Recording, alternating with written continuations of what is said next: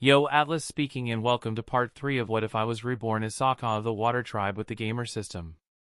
Let the tale begin. Chapter 51. To Azula, Kuzan was a puzzling person.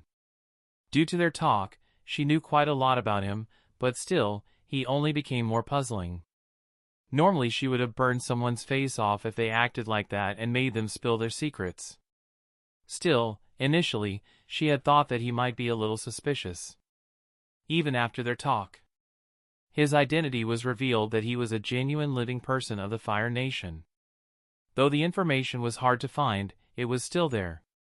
Kuzan was the name of a Fire Nation citizen who was a friend of the Avatar back in the day. His son had gone to become a spy and had later died a natural death during Azulin's reign. It seemed like certain spies never came to her father after Azulin's death, and Kuzan's father was one of them. Kuzan himself was named after his grandfather. That was all the information she could get from the person named Kuzan. Currently, Azula has him accompany her on a ship. Where are we going? I don't think the Avatar went this way. Soka said his thoughts while leaning on the railing of the ship, almost about to fall off. I heard that you have gotten close to the soldiers, Azula uttered, looking at his green clothes with disgust. For some reason, he wasn't wearing the red that represented the Fire Nation. She also knew that threats wouldn't work against him, so she didn't try to persuade him the normal way. Soka was able to tell that she just changed the conversation, dodging his question. She knew that he would see through that too. But in the end, he didn't point it out and just shrugged. Well, it's fun to get to know your underlings a little. Let's make something clear here, they are my underlings, not yours. So don't try anything you might regret later. Azula hated to admit it, but the man in front of her was charismatic. There was no denying that he always seemed able to get close to other people easily, even with someone like her. Sure, Soka waved her off. Anyway, when are we playing the next liar game? The liar game, that's what they called it. But both knew they said the truth during those times. Azula was a little worried about how much she had revealed to him and wanted to gather her thoughts a little. He seemed unaffected by his past mistakes, but she was different. We will pause it for a while, she decided, walking next to him and leaning on the railing. Why don't you try a new game? Tell me about your father? Though Kuzan's father was figured out to be a spy, there wasn't a lot of information on him. Like, what kind of person he was. Such things would be useless to hold within the Fire Nation books. But Azula was curious about it. Soka thought a little as if deciding what to say and what not to say. He was a good man. Worked hard, but sadly hard work doesn't equate to a successful or happy life. He eventually died when I was young, but... Soka gazed at the water with a strange look in his eyes. He taught me many things from his mistakes. Though I ended up making quite some mistakes myself, either way. Azula could see that while Kuzan didn't seem sad, there was a strange atmosphere around him. It made her heart beat a little faster. She was genuinely interested in what kind of life he lived. After all, it seemed so opposite of her life. But she wondered, how did it lead to Kuzan becoming like this? She and Soka continued talking for days to come. It seemed like they always were together and the crew had made their own opinion of what was happening here. But knowing how Princess Azula was, none of them dared gossip while she was on the ship. They had arrived at their destination and landed in a port, walking towards a giant circus tent. Azula, like always, kept staring at Kuzan, which seemed to send the wrong message to the crew. But in reality, she was trying to see his reaction. Was he confused? Surprised? After all, going to a circus was so out of nature for her. Even if Kuzan was someone she considered quite smart, even he wouldn't be able to guess why she was here. Surprisingly, Azula was the one who became intrigued about his expression. He seemed neutral, as if he already knew where they were going and what was happening here. Though he can't know this. In the end, after contemplating, Azula decided to ask him, since she couldn't tell what was in his mind. So? What do you think? HM? Think about what? Soka glanced at her confusedly. Azula only narrowed his eyes. About the circus, of course. Aren't you curious why someone like me would come here? Soka just stared at her. Why would I want to know that much about you? I am not some creepy stalker or control freak that wants to know what even goes inside your mind every waking moment, he said sarcastically. But Azula felt like an arrow was hitting her heart with each of his words.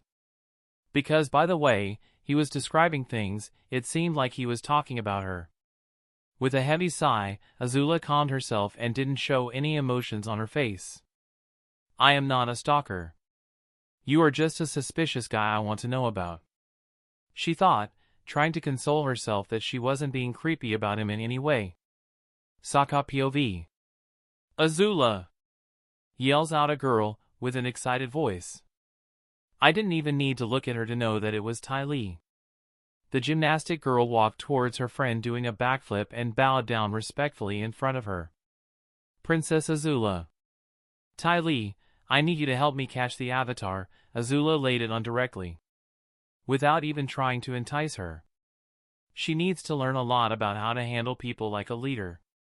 There needs to be something enticing, not just threatening them or expecting them to follow you because you are a princess. That was just bad leadership, because when they betray you, then you will become all surprised. Well, that did happen to Azula in the show, and she went crazy. Seeing Ty Lee in a conflicted position, knowing what would happen if she refused Azula, she was about to say something. Probably to try and say no to her friend in a nice way. But Azula doesn't take no for an answer. So in the end, I decided to intervene. How about you offer her something? What? Azula looked at me with her iconic death stare. Who are you? Ty Lee, on the other hand, was confused about who I was. She looked at my clothes that were of the Earth Kingdom green, and that only seemed to baffle her more. Azula, I smiled at my new friend, kind of friend, maybe a friend? I don't know what we were, but it was someone that she trusted to be competent enough. How about offering something? After all, only threatening them, or expecting people to follow you just because you are a princess isn't the correct thing. Kuzan, she called me by my fake name, and the murderous look in her eyes had intensified. Are you questioning my decision? Was she threatening me? Well, that won't work anyway. No, simply saying my opinion on the matter. If you keep pushing people, they'll run away eventually, leaving you behind. Just like your mother did. Though I didn't say that, it was implied there. We both knew too much about each other now, but I could use my knowledge to say something that would hurt her. But Azula needed to come back to her senses as she didn't have a lot of time. She casually walked towards me, with her hands enveloped in a hot blue fire. Maybe I should teach you a lesson. Don't misunderstand my kindness for weakness, Kuzan. With a sigh, I walked towards her too, and just we were an inch apart from each other. I looked at her fearlessly, knowing that at such a close range I could incapacitate her in a second, and she didn't seem fearful either, confident in her abilities. Would this develop into a battle? Well, if I have no other choice, then I will go all out against her. I wasn't the kind of guy who took it easy on anyone if they had malicious intent towards me. But Azula needed to learn that she wasn't the strongest out there, and the world is a big place. Picking fights carelessly could end up in your death. I still smiled at her. She had an angry frown. But I had a smile. So, what do you think of my suggestion? Chapter 52, Forbidden Knowledge. Ty Lee looked on at this from the sidelines, her body quaking in nervousness. What she was afraid of was Azula's anger, but also what seemed even more terrifying was that the boy, Kuzan, was strangely calm. Ever since she could remember, Ty Lee could read people's auras, and that was why chi blocking came easily to her.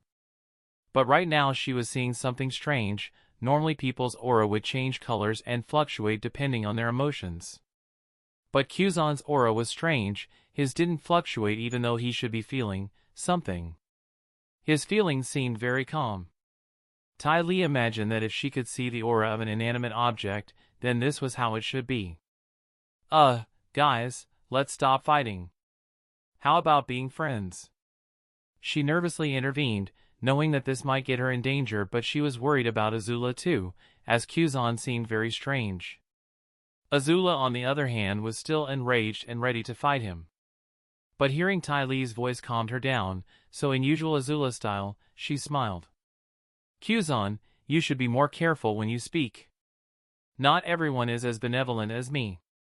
Though she said it like that, anyone with half a brain would be able to tell that she was threatening him. Especially since the blue fire covering her hand hasn't calmed down at all. Soka ignored all that and just looked towards Ty Lee, with a smile on his face. Hello there, my name is Kuzan, nice to meet you. Though the person in front of her felt somewhat strange, she wasn't someone who would judge them just based on that. So Ty Lee waved at him in her usual energetic way. Soka POV. This girl is sharp. Ty Lee always seemed kind of like a dumb girl in the show. But by the way she was acting, I could tell that she was a little cautious.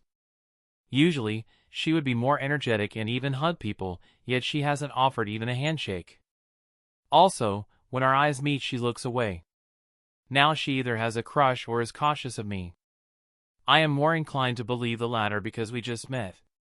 Still, there must be a logical reason why she is suspicious.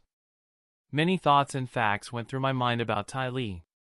Due to increasing my intelligence, I could remember things a little better, so there was one obscure fact that came to mind. She could sense auras? I think she was able to read my mood. Oh, now I understood what she was so cautious of. Due to gamer's mind, my aura is probably like stone, always calm, and that skill might even stop her from seeing anything at all. Yeah, I can use something similar to, like, observe, and suddenly something strange was said on the observe panel, then I would be suspicious too. Due to understanding and comprehending someone's actions and behavior, your wisdom increased by 1. I am getting the hang of this thing. It was not a good thing to waste stats on intelligence and wisdom. Because that didn't make you smart or wise, just gave you empty capacity for them. One becomes wiser through life experiences, and smarter by studying. If someone increases their intelligence by using stats, I wouldn't call them smart. Sure, they might have the capacity to be, but even in the gamer manhwa, the main character wasn't smart. A calculator without a user was just a piece of junk.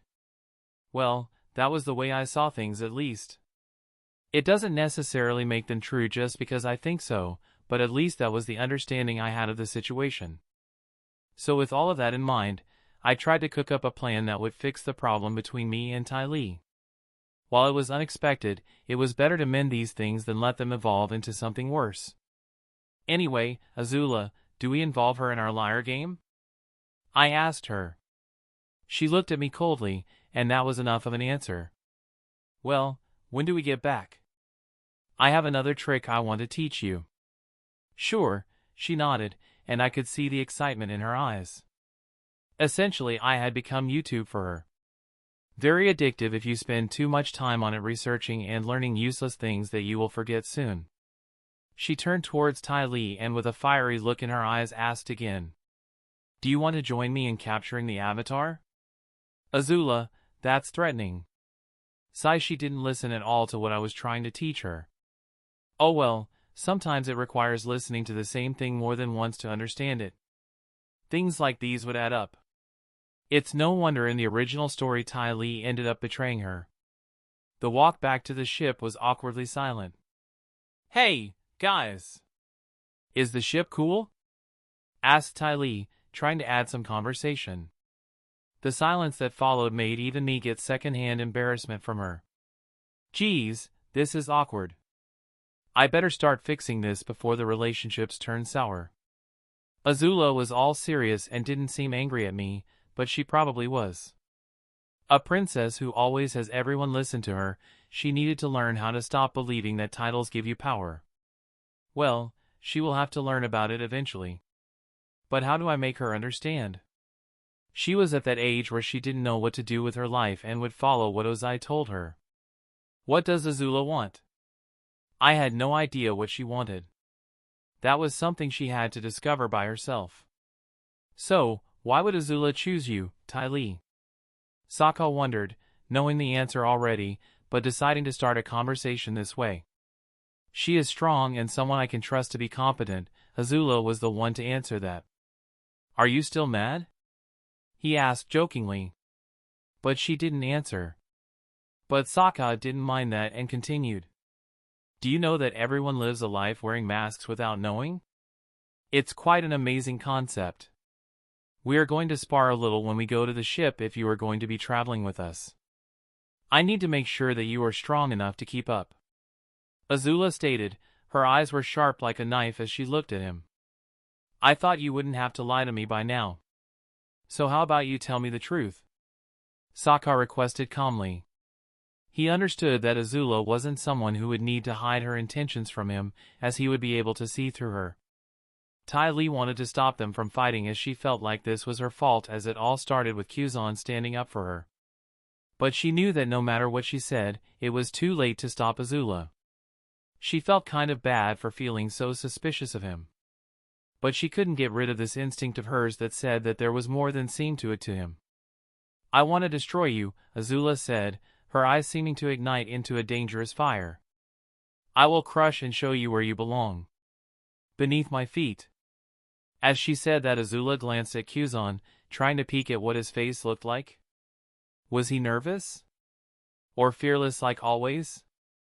But unexpectedly, he had a look on his face as if he just swallowed a lemon, which slowly developed into an amused smile. You are into those kinds of things?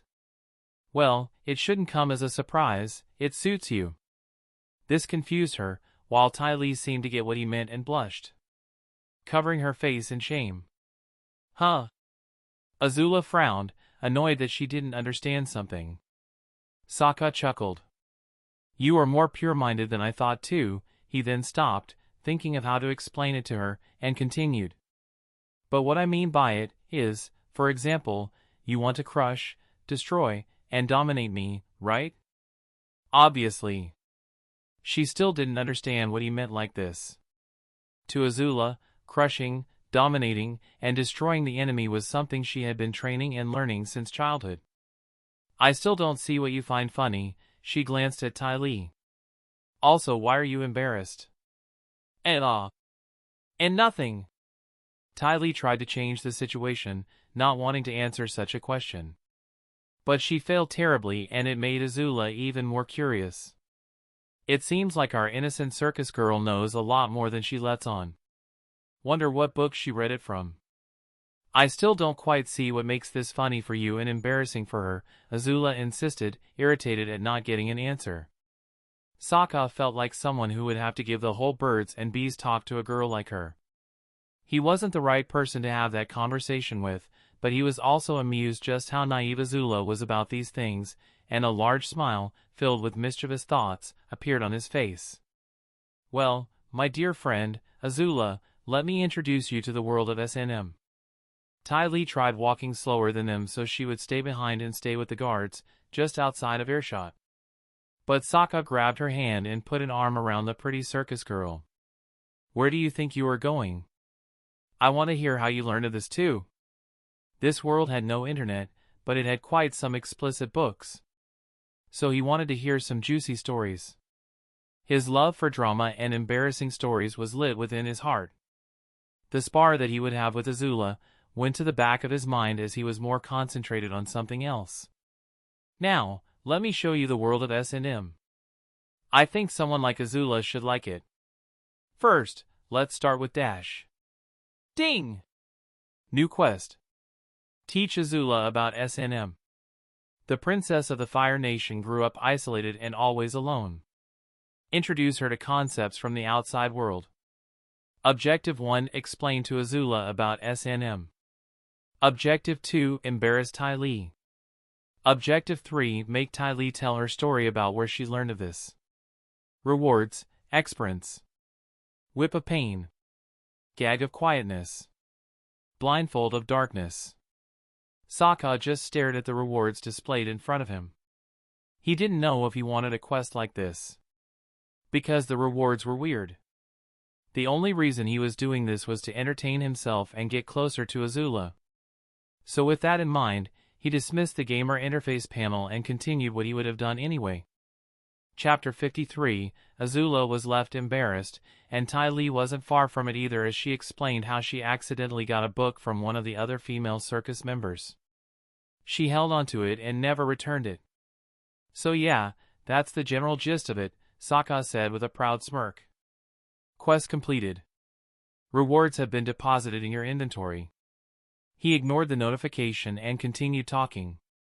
By the way, Ty Lee, do you still have that book? Yes.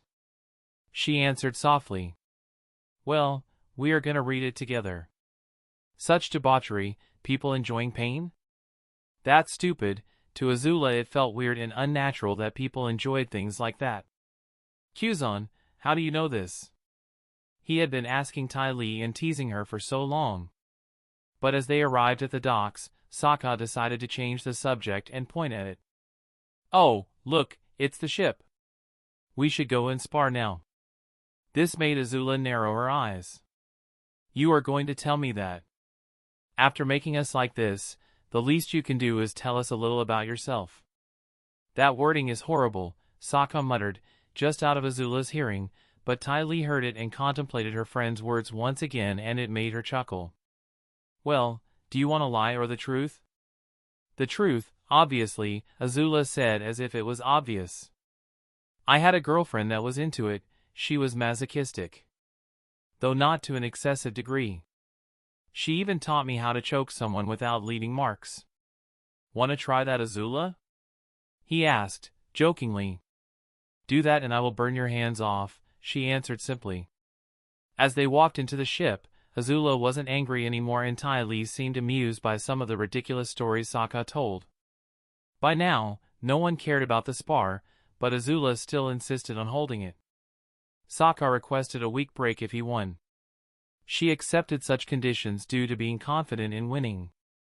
As the sun was setting, Azula was in her normal armor, while Soka stood opposite of her with a spear in hand. Ty Lee was by the side and didn't know who to cheer for, as she too had gotten closer to them both and knew that Kuzan was a good guy. Soka was unbothered by this and looked at Azula. So? How do we decide the winner? It will become apparent when the winner wins. She took a deep breath and shot out a dozen blasts of fire in his direction. He looked at the flames heading towards him with a dismissive gaze and tilted his head to the side slightly, just enough to dodge the flame and its heat damage. Though as he had expected, the blue fire felt hotter than normal. You truly are a genius firebender. Though he said that with a sincere voice. The casualness that he dodged the flames with made it seem like he wasn't telling the truth. But in reality, the reason Soka was so casual was that by now he had fought monsters.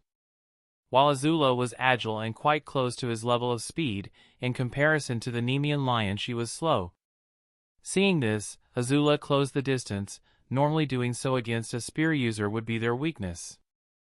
But Soka countered her style by dodging point-blank fires and getting out of the way of the blast in just the right moment. He was using this as a leveling experience for his danger sense, skill that can't be leveled up in normal sparring.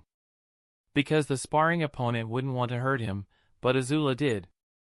She was giving it her all, but each blast of fire met empty air, and by now she realized that he hadn't used his spear. When within such close distance he could have used it to hit her. Azula was betting on the first hit landing, and when it didn't, she knew that Kuzan would go on the counterattack. But now, she could see that things had changed. The dynamic of completely overwhelming her opponents had shifted. Kuzan had a nonchalant look that seemed almost bored.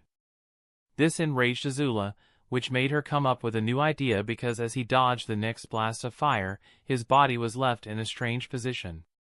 She opened her mouth and blew out a fire breath. This was the first time she had done something like this, but it worked. Showing just how talented she was and how strong her understanding of firebending stood. Even Soka was a little surprised by such an attack, but he had expected something unexpected from Azula. He had thought that the breathing flames out of their mouth was more down Iroha's alley. But still, he dodged the attack by barely crouching out of the way. Azula then changed her direction and blew fire downward, by looking at him. Seeing this, Soka frowned.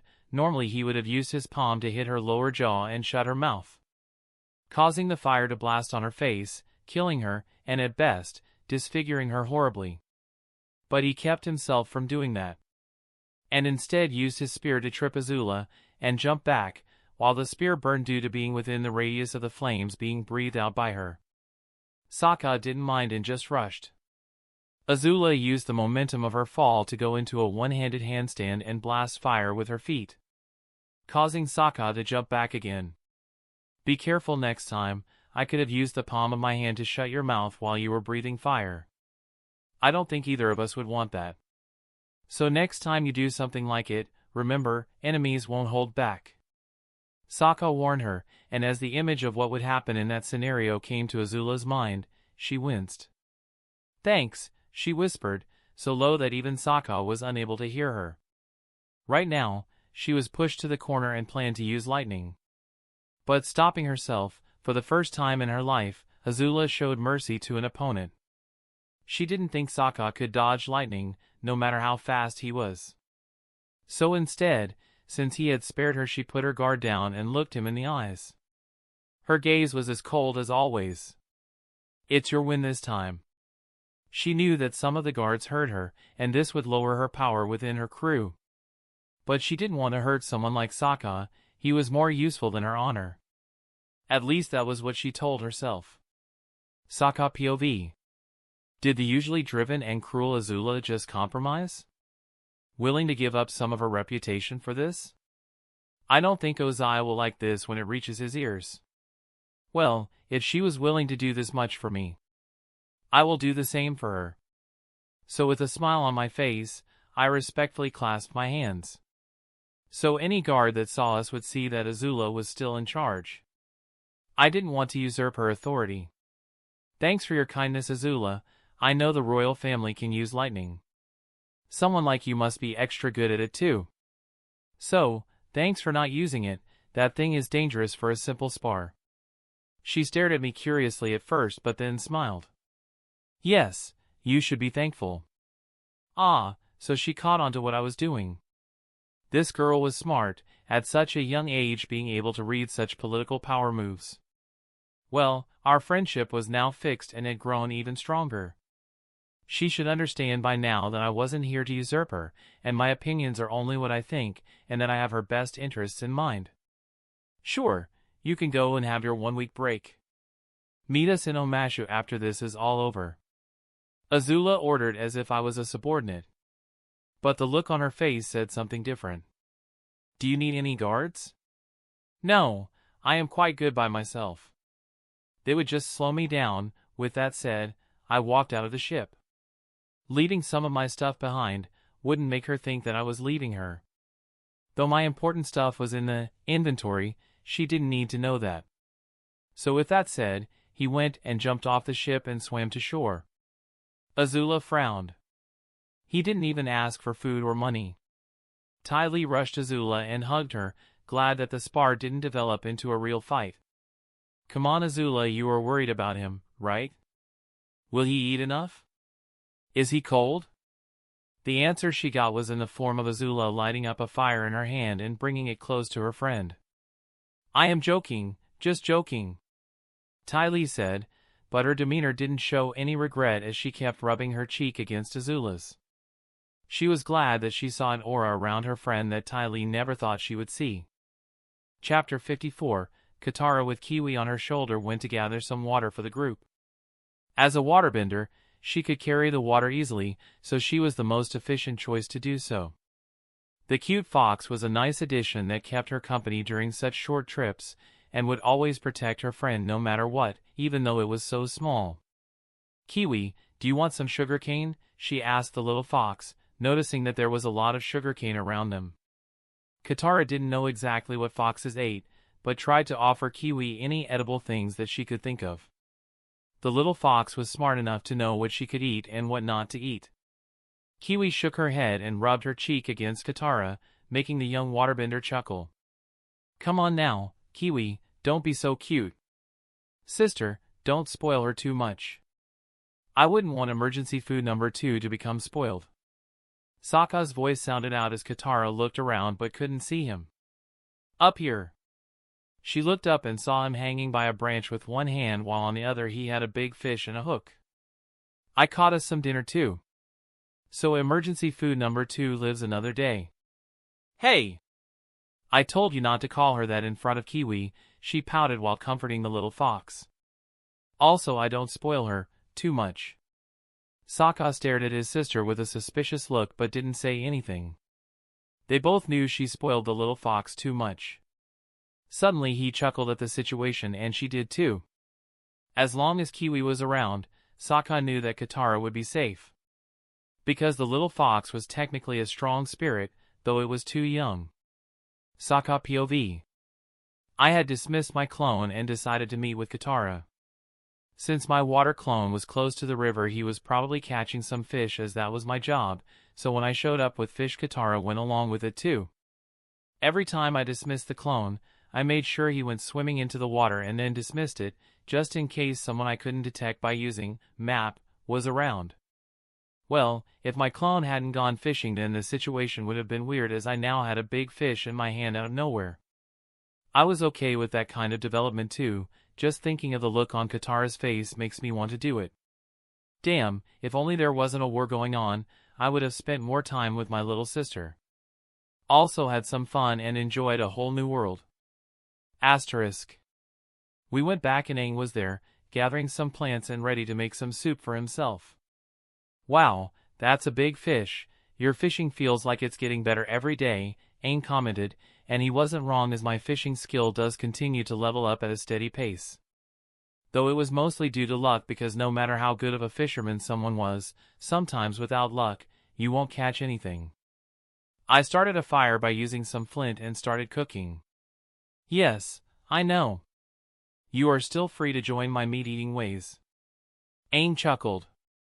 No, I will follow my monk-like ways.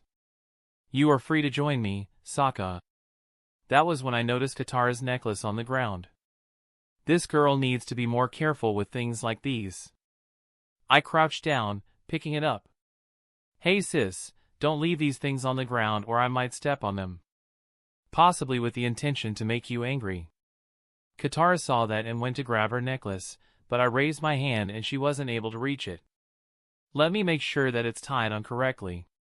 Having the necklace lost somewhere, and then a certain monster that can track others by scent find her, was the last thing I wanted to worry about. She sighs and pulls up her hair, showing me her neck. I put her necklace on and make sure to tie it up correctly. This way it shouldn't fall out. While to me, this was just a piece of junk, sometimes people risk their lives for things that can connect them to their loved ones. I wouldn't blame Katara if she did something stupid, as it was normal. But that didn't mean that I couldn't try and prevent certain things and unnecessary drama.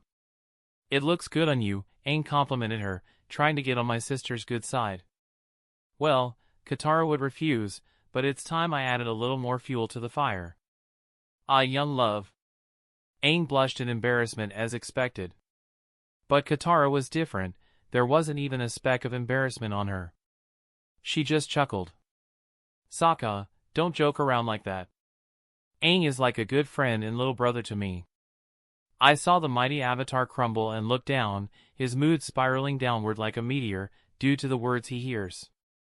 Like always, little sis was out there going for the KO. He is like Momo, or Kiwi, Katara pointed at the aforementioned animals. That was too far. I feel like I could see Aang's spirit floating to the afterlife. Now I even feel sorry for him. That's why you shouldn't put hopes in one-sided love, Aang, because you will end up crushed. As an older brother, I would normally kick to the ground any guy that might get close to my little sister. That's my job. But Aang, he was a kid in my eyes, and just got handed the worst beatdown in his life.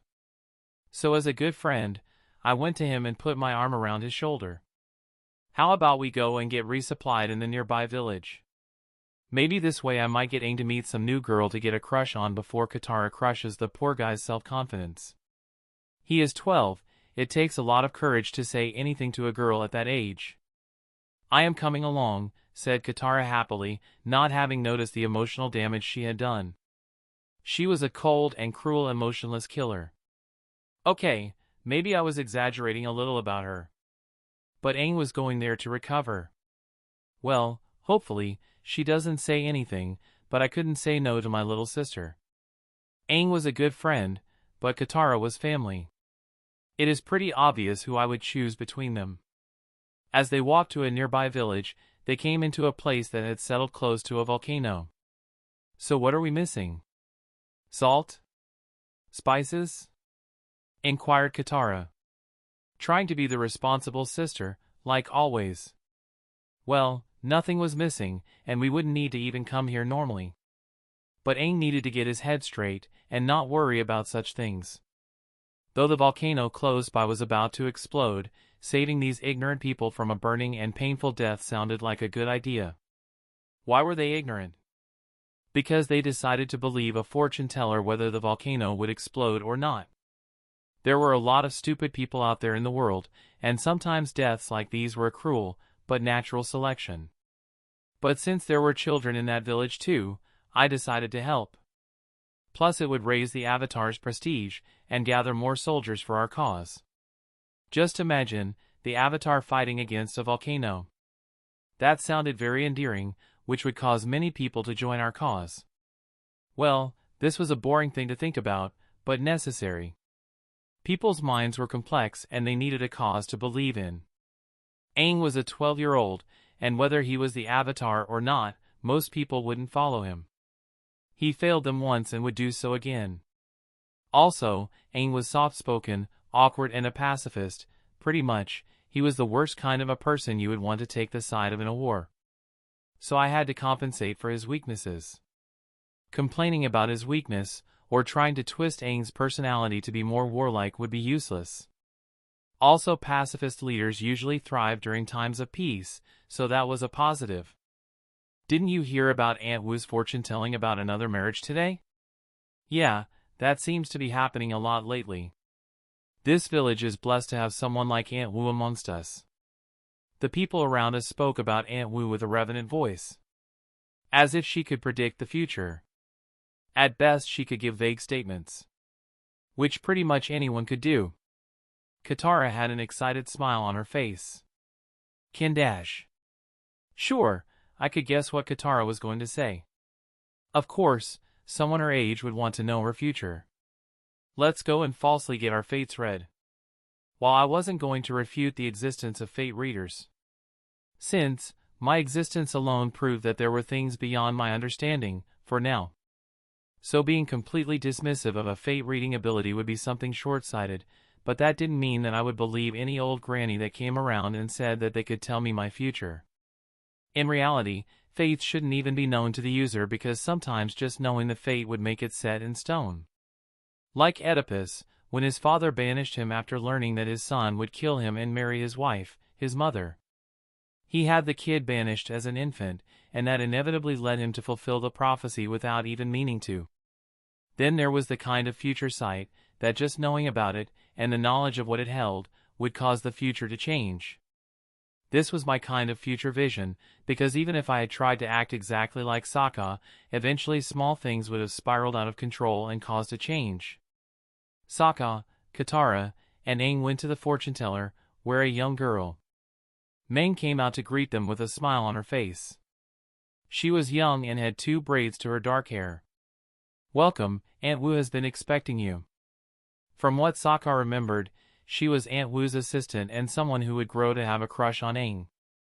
Sokka, as a self-proclaimed love guru, caught this and looked at the two like a hungry tiger. Katara brought him out of his thoughts by punching him to the side. Don't look at them like that. It will scare the young girl. He pouted. But it looks like fun. By now, Katara had come to learn a little more about her brother. A side that she never knew would exist within him. His love for drama. Whether it was an extramarital affair, family matters, drama, relationships, Sokka would always get himself into a position with one of the main culprits of the drama and put himself in the perfect position to watch the show. While it wasn't immoral to do so, Katara considered his actions a little too invasive. What do you think will happen with her? Aang won't take her on the journey with us, since she is normal and that would cause her to be hurt. Maybe they will fall in love, and once he comes back she will have already forgotten about him and found a new boyfriend.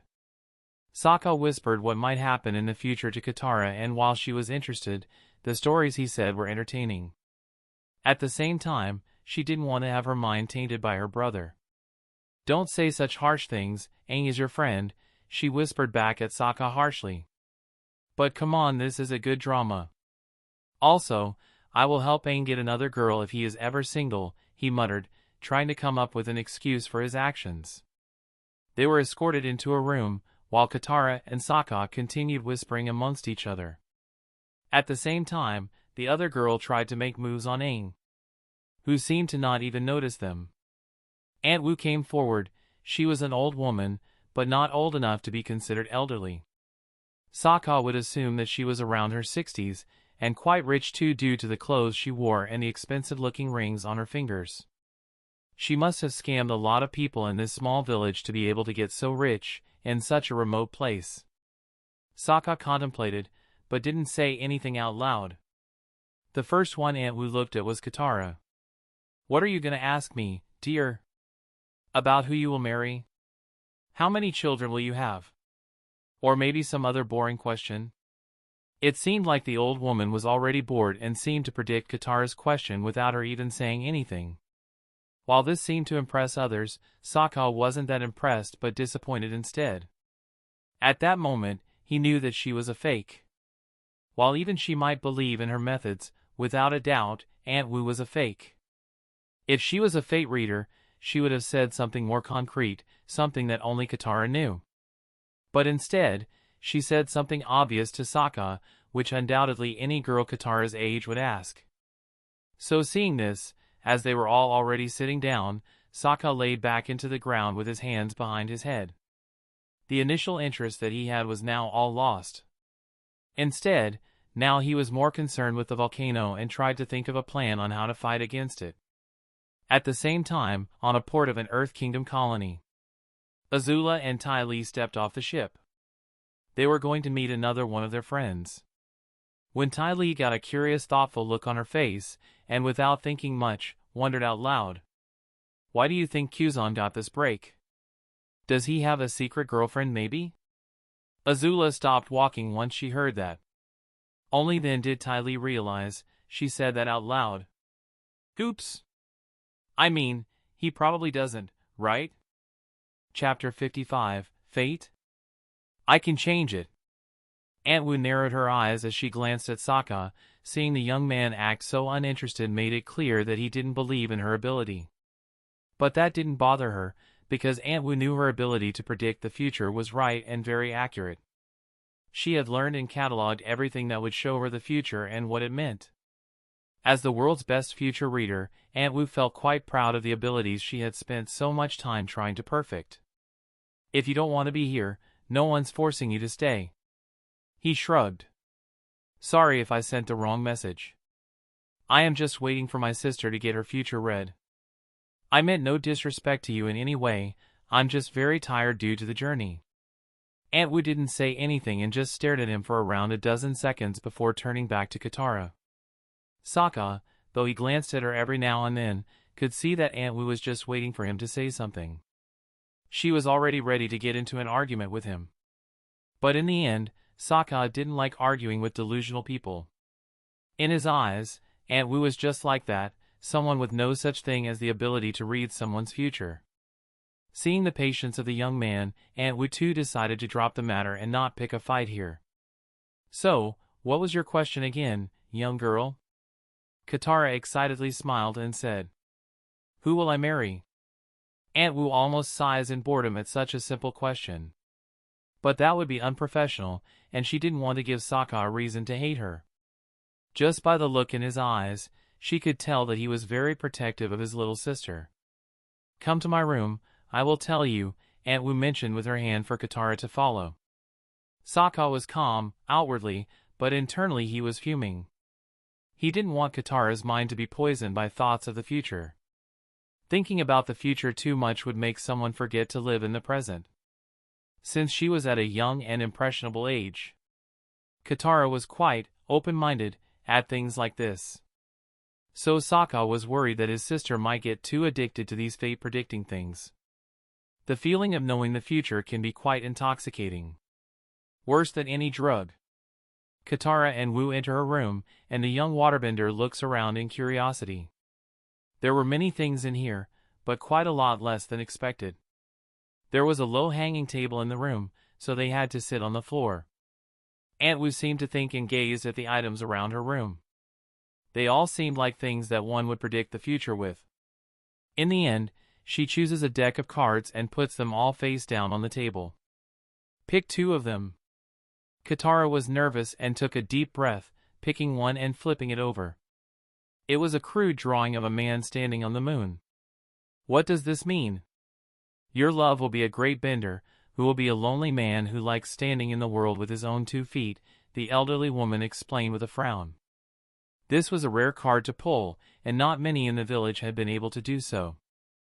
Aunt Wu could see that Katara was dissatisfied and with a sigh, decided to let her pull another one. Do one more. The next card Katara pulled over showed a man with 2 swords in his hand and a spear on the ground. Aunt Wu glanced at the card with a surprised look on her face. Oh! This is quite surprising, he will be a great warrior too. Pulling those 2 cards together usually means that your love is some great general, commander, or a weapons master. Katara was still curious as this said nothing about when she would meet her destined love or anything like that. For a girl her age, it was quite normal to be impatient. But Aunt Wu knew that the 3rd card would be one that revealed a bad trait about their future love. During this reading, she could pull out 5 cards. But the 3rd, 4th, and 5th revealed bad or horrendous things. So it was better to not know about them at all. But without Aunt Wu even looking, Katara went and flipped the 3rd card, before the fate reader could stop her. It showed a woman clutching at her heart while kneeling on the ground with tears in her eyes, while a man walked away emotionlessly. This is the card of heartbreak and unrequited love. The man she will fall in love with won't return her feelings. Aunt Wu felt a little pity towards Katara and smiled sadly. He will be involved in a huge war with the possibility of death. She didn't say anything about what she saw and instead decided to not crush the young girl's dreams. Still, she said something bad, so at least there was still some hope. Sometimes people had to take fate into their own hands and build it themselves. Anyway, that's it now, go and bring on the next customers. The one with the arrow tattoos on his body. Aunt Wu advised Katara while shooing her away. As she left, Aunt Wu looked at the cards curiously. She pulled another card, to see how Katara's future love might be, and saw that it was a man with a mask. He had a frowny mask on his face, while holding another mask with a smile on his face. She really is unlucky, that girl. As Katara walked out, she was annoyed at what she had just heard, and it was apparent on her face. At least it seemed so to Soka, who kept staring at her with a nonchalant look while munching on some crackers. Troubles in Love Town? She manipulated the tea on the cup in front of him to hit his face, and it did so. Hey! That could have been hot tea. You don't like your tea too hot, and there was no steam coming out of it. So stop being a baby, Katara reasoned, and this distracted her from the prediction she just got. Soka POV. I decided to let her hit me in the face with the tea. This was so my naive little sister would finally stop worrying about such things as the future. People make their own fate, and knowledge of the future doesn't mean that it makes it set in stone. Especially with such a bad fate reader. Aang looked a little down from what he had just heard. HM? Did Katara's fate reading involve more than the original timeline? Oh well, it doesn't matter. Damn, this place just brought down the morale of both Aang and Katara. Well, the Airbender kinda got what he had coming to him since he was peeking in during Katara's fate reading. After Aang goes to Aunt Wu, I decided to console my sister and put an arm around her, rubbing my cheek that was drenched in tea against her cheek. Normally this would be nice, except the sugary tea that would make her face all sticky. Soka! She yelled out, annoyed. Well, better be annoyed than sad. The trouble I go to for my sibling, and she will never know this. Aang comes back and he is disappointed. Damn, this place sucks. So what did you get? I asked him, and before he could answer I gave him my prediction. I bet she said something like, "You will fight in a war that will decide the fate of the world." Huh? How did you know? He got a confused look on his face. That's what she said, though Aunt we used different words, saying that I will be involved in a great battle between the forces of good and evil, which will determine the fate of the whole world. Soka chuckled, having already predicted this. Well, let's get out of here then. You aren't going to Aunt Wu? Don't you want to know your future? Inquired Aang, surprised at Sokka's decision. Huh? I don't trust someone else telling me my future, I stated, looking at the Avatar intently. The only one who decides my fate is me. Also, Aunt Wu is a sham, so I wouldn't believe whatever crap comes out of her mouth anyway. Since she knew that Aang was the Avatar, anyone could have concluded that he would be fighting in a war that will decide the fate of the world. Well, it's time I put my charms to work and distract these two knuckleheads from what they heard. Sokka ruffled his sister's hair and said, Don't worry, Katara. Whatever you heard from her, it probably doesn't mean anything. At first, she didn't pay attention to him and just stared at the ground, which made him ruffle her hair even harder, messing it all up to the point that it annoyed her. Suddenly the villagers started gathering towards the center of the village. Sokka saw this and his eyes turned cold for a split second. But then he was back to all smiles and acting like his usual self. He went towards one of the villagers and asked them, Excuse me, but why is everyone gathering towards the center of the village? Is it some kind of festival? The man in question smiled back at the friendly-looking Sokka. His smile was contagious. Yes, Aunt Wu will read the clouds and read the fate of the village. Thanks, this could be a once-in-a-lifetime opportunity for us. Sokka smiled in excitement, which made the villager man even happier, as sometimes outsiders would act rude and doubt Aunt Wu's predictions. But as Sokka turned around, the excitement slipped out of him. He knew that even if he saved them today, their people were naive and couldn't be saved from their stupidity. Their belief in Aunt Wu's predictions was absolute. Sokka contemplated just leading this village to their demise. There wasn't anything beneficial from it. Sometimes events like this were just survival of the fittest. Mother Nature eliminates those unfit to live.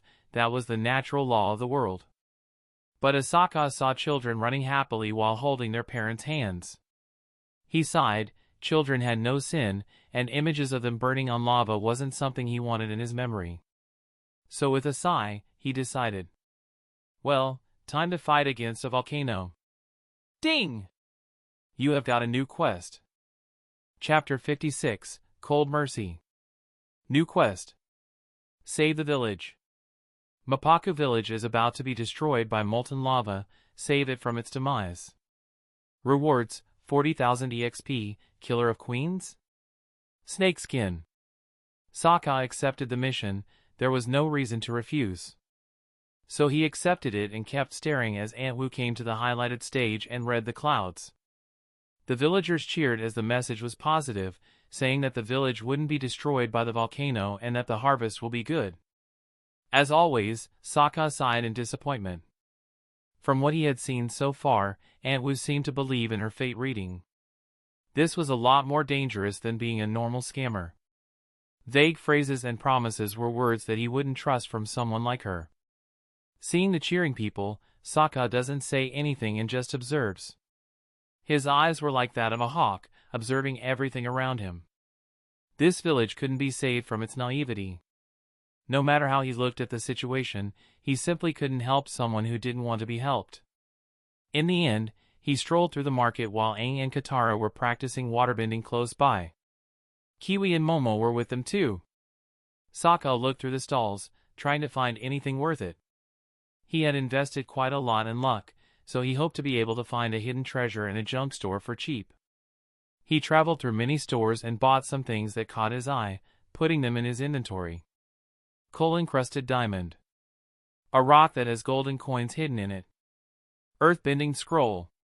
He picked these things because he saw value in them, though the latter was useless for him. Sokka, just to test it, tried to learn the earthbending scroll as the notification to learn it appeared. Error! You have no relation with any earthbender in your family. You haven't been granted earthbending from the... You also don't have? Or... to learn multiple bendings. As he had expected, it wasn't possible for now to learn multiple bendings. While the gamer interface could push the limits of what it meant to be human, it still wasn't able to destroy those limits. Still, finding any bending scroll was hard. In rural parts like these, finding one in a shop so cheap was impossible, almost impossible. As evening came about, Soka went all over the village and bought barrels. He assumed different identities by using the transformation jutsu. This way he wouldn't draw suspicion. Even if he did, they weren't used for anything big, so no one would care. He approached a water stream that was almost big enough to be a river and took out a bunch of the barrels he had brought with him. Soka POV. Where is my heaven-defying treasure? I put all of those status points into luck. Just what kind of luck did those MC have that found heaven-defying treasures in each corner shop? It made a guy like me feel unfortunate, and I just found a diamond big enough that if I sold it, the wealth would last 2 to 3 generations of my family. Even if they spent it lavishly. But still, I will have to keep trying harder and find a heaven-defying treasure. Though it might be mostly because this world had nothing like that, maybe the best I could hope for is a weapon with a spirit sealed inside of it. Even then, I don't think spirits here work like that. After filling the barrels with water from a water stream, I put them in my inventory and casually walked back. The volcano should explode soon. While I didn't know the exact time, fighting against a volcano was something I wouldn't be able to normally do. Going in unprepared would end up with dying a horrible death, no matter how much luck I had. Also, there was one thing most people forget to look out for when fighting something so formidable. They forget to look after their back. While fighting in a dangerous battle against a volcano, Avatar Roku met his death that way. I don't want to be as naive as him and believe in friendship. That got him killed. First and foremost, I must convince Katara and Aang to not become entranced by Aunt Wu's predictions. They were useless. My naive little sister already seems to be too involved with them, looking around, trying to find her love. Even without listening in, I knew what she probably told Katara. Something like her future love would be a great bender. No, since Aang seemed disappointed. She probably said something like a great warrior, or maybe both. Things like a good leader, warrior, or bender can mean too many things and are vague. For example, a good leader can mean from a village elder who was kind to their people, to a great general that changed the world. Your intelligence has increased by 1 for guessing the most likely scenario. Walking back, many thoughts went through my mind. But in the end, I had already made my decision and didn't plan to change my mind now. I saw Katara drinking some strange concoction. I think it was some juice special to the local area. Walking toward her, I grasped the top of her head and ruffled the hair under my hand. "Sister, you must be quite stupid and naive." "What?" She frowned, looking at me with sharp, dagger-like eyes. That was quite a ferocious look she had there. It almost made me proud. Sometimes in life, you have to be a lion, to be the lamb you really are. My duty as a brother was to teach Katara how to keep her claws sharp. Life was always a fight, and even if she gives up, I will be there to catch her. But I can't make her fight again, so that indomitable will wasn't something I could give her. Kiwi looked on at him with an innocent look in its eyes. I peered at the small creature and picked it up from Katara's shoulder and put it on top of my head. The small fox buried her head in my hair. "Hey, don't be mean to Kiwi," Katara pouted, knowing how I usually acted with the small spirit. The little fox might get killed here, so it was better if it stayed with me during this. Yeah, I waved her off. Anyway, we should go and check up on the volcano. I could see that Katara was about to say something, but she nodded. Good, she didn't say something stupid. While I could afford to babysit her for now, that wouldn't be so in the future. So she better learn these lessons well. I went and got Aang too, who was trying to learn how to use a sword. I was not gonna bother and even get into that situation. It sounded too troublesome. We all settled on Appa and went to check the volcano. As expected, the volcano was like bubbling soup and seemed about to burst. Even as we sat atop ATLA, I could feel the heat land on my skin. This was hotter than I thought it would feel. Weapons were essentially useless scraps against a volcano, only bending would help, somewhat. "No way!" Katara exclaimed in shock. "The villagers could die if they don't evacuate. Told you the fate reading was a sham. Just overly ambiguous sayings that can be interpreted in many ways." I clarified, breaking my little sister off the hope she had. Well, she was at the age where she would believe in things like this. It's the equivalent of a teenage girl who believes in horoscopes.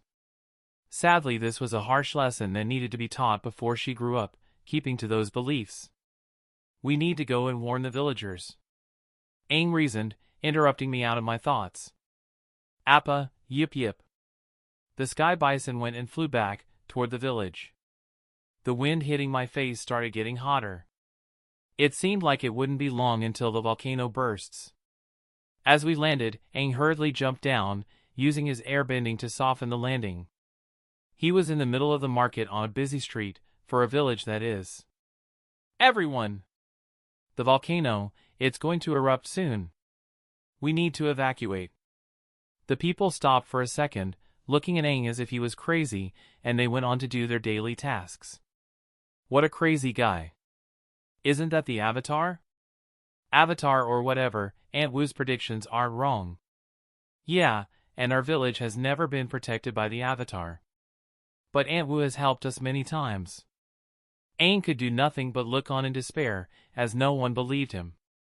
So, seeing this, Aang turned around and looked at Sokka. Jumping up, he glided back into the floating Appa's back and looked at Sokka with a pleading gaze. "Use your words. I know you can convince them like you always do with everyone. Just like you became friends with the Omasha guards." Sokka shook his head. "My words aren't something magical." He knew first and foremost that the people wouldn't listen. What Sokka was looking for here wasn't just the short-sighted vision of saving the village. Because the words Aunt Wu said during the prediction said that the village wouldn't be destroyed. If they saved the village, then it would simply make her prediction correct.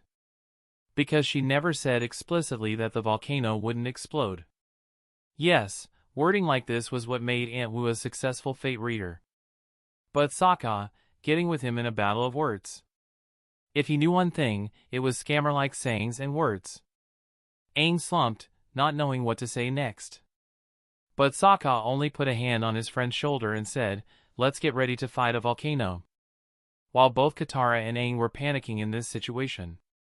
But Sokka was calm, no thoughts intruded his mind, other than how to deal with the situation at hand. As evening came about, and the villagers were about to go to sleep, something unexpected happened. It was something that they hadn't worried about, until now. Boom! The howling noise of the volcano erupting rang out, and the sky turned red as molten lava flew down from the mountain like a tsunami. The villagers looked on in despair, as they had nothing, no plan, nor any defenses to protect themselves. A burst of hot air came before the lava did, and it filled everyone's lungs with heat.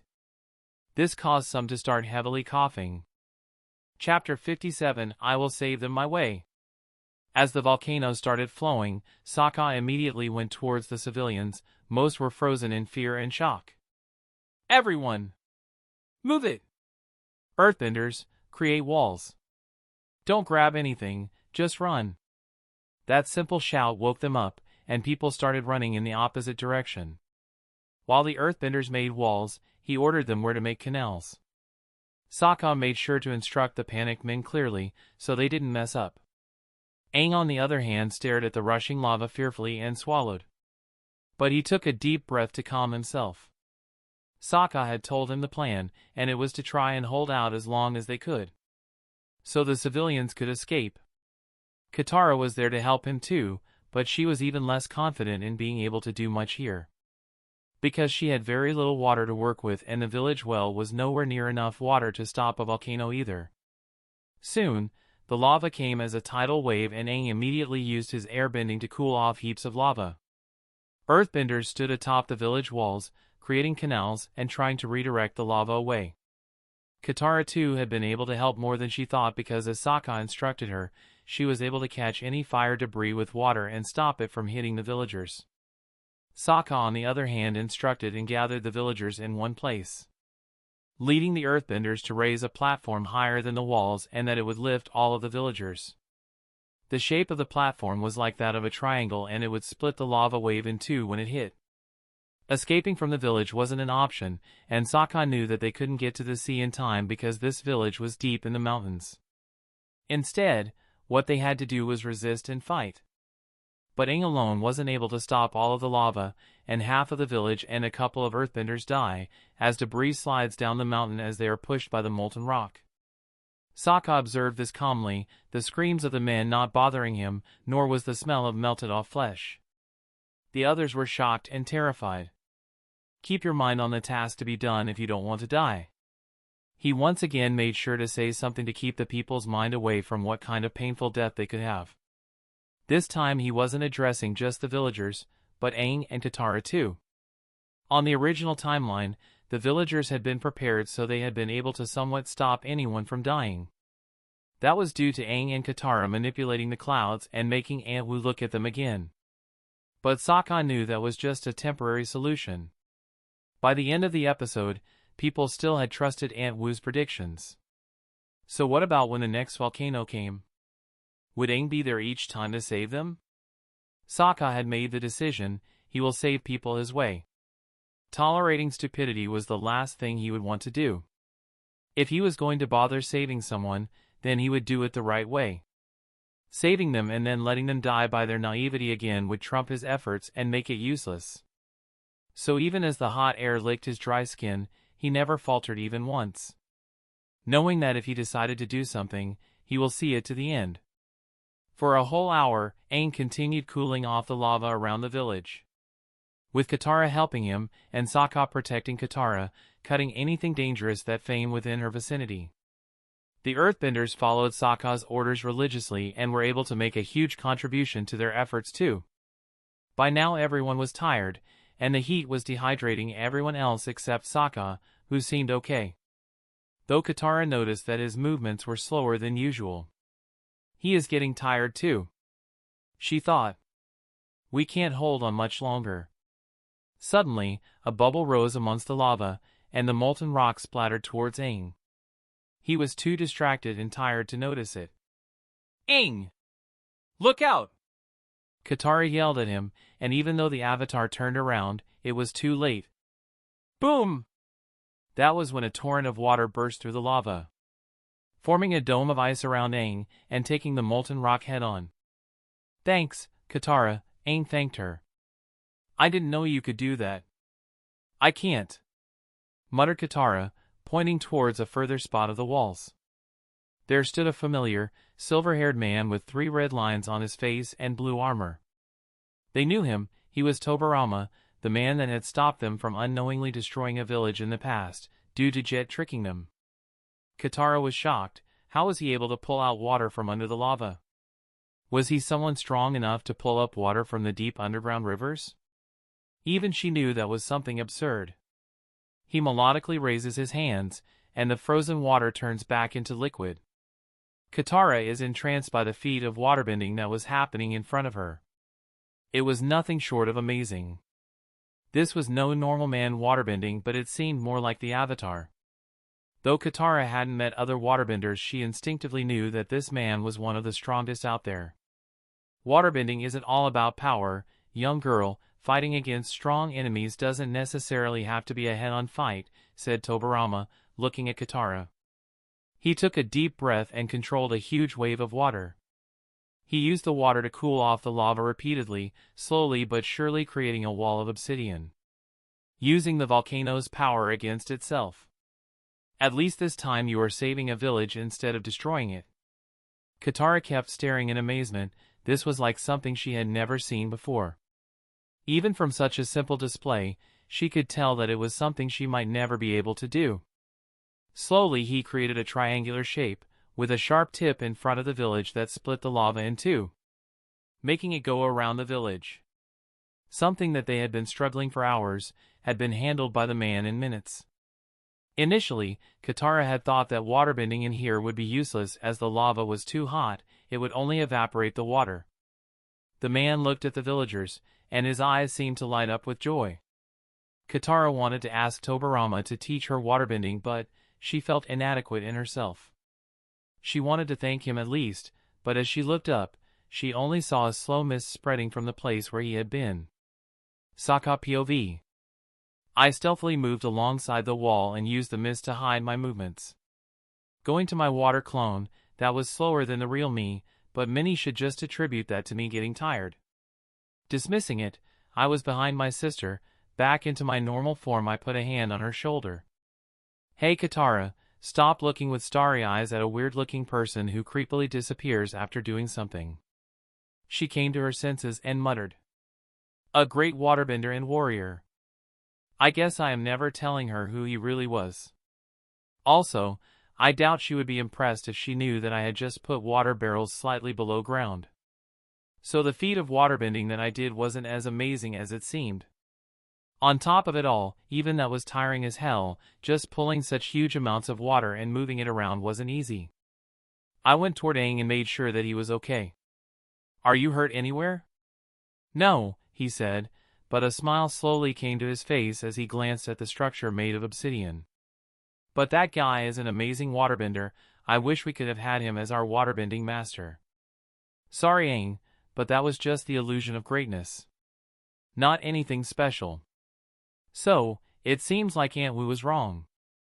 Wonder how the villagers will treat her from now on? Aang seemed worried. Some families had lost everything and would try to find someone to blame. That person would most likely be Aunt Wu. Aang jumps down and lands in the middle of the platform the villagers were on. They were already looking at Aunt Wu with hatred in their eyes. It's because of you that we almost died. I lost my home. My husband died. The villagers yelled at her in anger. Aunt Wu looked at the ground, unsure of anything. As expected, she too believed in her fate reading. I think everyone should try and calm down, Aang intervened. Aunt Wu wouldn't want the village to be destroyed either. She just made a mistake. It seems like Aang got better with words. But still, he needed to be more convincing. Though the people weren't going to rip apart Aunt Wu right in front of one of their saviors. As soon as we are gone, she will be in deep trouble. I let Aang handle this one. Aunt Wu would have to leave the village and retire, but she already had enough funds to live a good life. Her house wasn't burned either. Her assistant would have to go with her too because once Aunt Wu was gone, the villagers' hatred would go for the little girl. She had said that the village wouldn't be destroyed. But half of it had crumbled down. There was no excuse for her predictions now. Aunt Wu must be feeling deeply regretful too. Because if her readings she believed in were wrong all along, then each time she had said something in the past, it had put a person in danger. Well, this was what I had wanted from the beginning. Now people won't rely on fate and will check next time, each year if the volcano was about to erupt. In the end, everything ended as I had wanted. Aunt Wu retired and took her assistant with her. I didn't care if fate reading was done normally. Because when people don't believe it to such an extreme effect, then it wouldn't have been harmful. While on Appa's back, we set off, and I looked at the village as we left it. Has this been the right decision? Such thoughts did cross my mind. But it was useless to think about them now. Maybe Aunt Wu could have lived and kept reading others' fates and nothing would have happened. But I was confident that I made the right decision with the information I had at the time. That's the best anyone could hope for. Chapter 58 New Best Friends. Azula stood on the balcony of the highest castle in Omashu. Now that the dominating Earth Kingdom city had been captured, it was only a matter of time until the rest of the Earth Kingdom followed along. Though time wasn't on their side exactly, because the longer they waited the worse it would be as the Avatar might master the four elements. While Omashu's king was a warrior and strategist. The kind of Ba Sing Se hadn't been seen in any war, nor even seen at all. You know, brooding here alone isn't your style, a voice came from next to her. She almost shot him with lightning but stopped herself. Recognizing that it was Kuzan. She glanced at him pointedly. You shouldn't sneak on me so suddenly.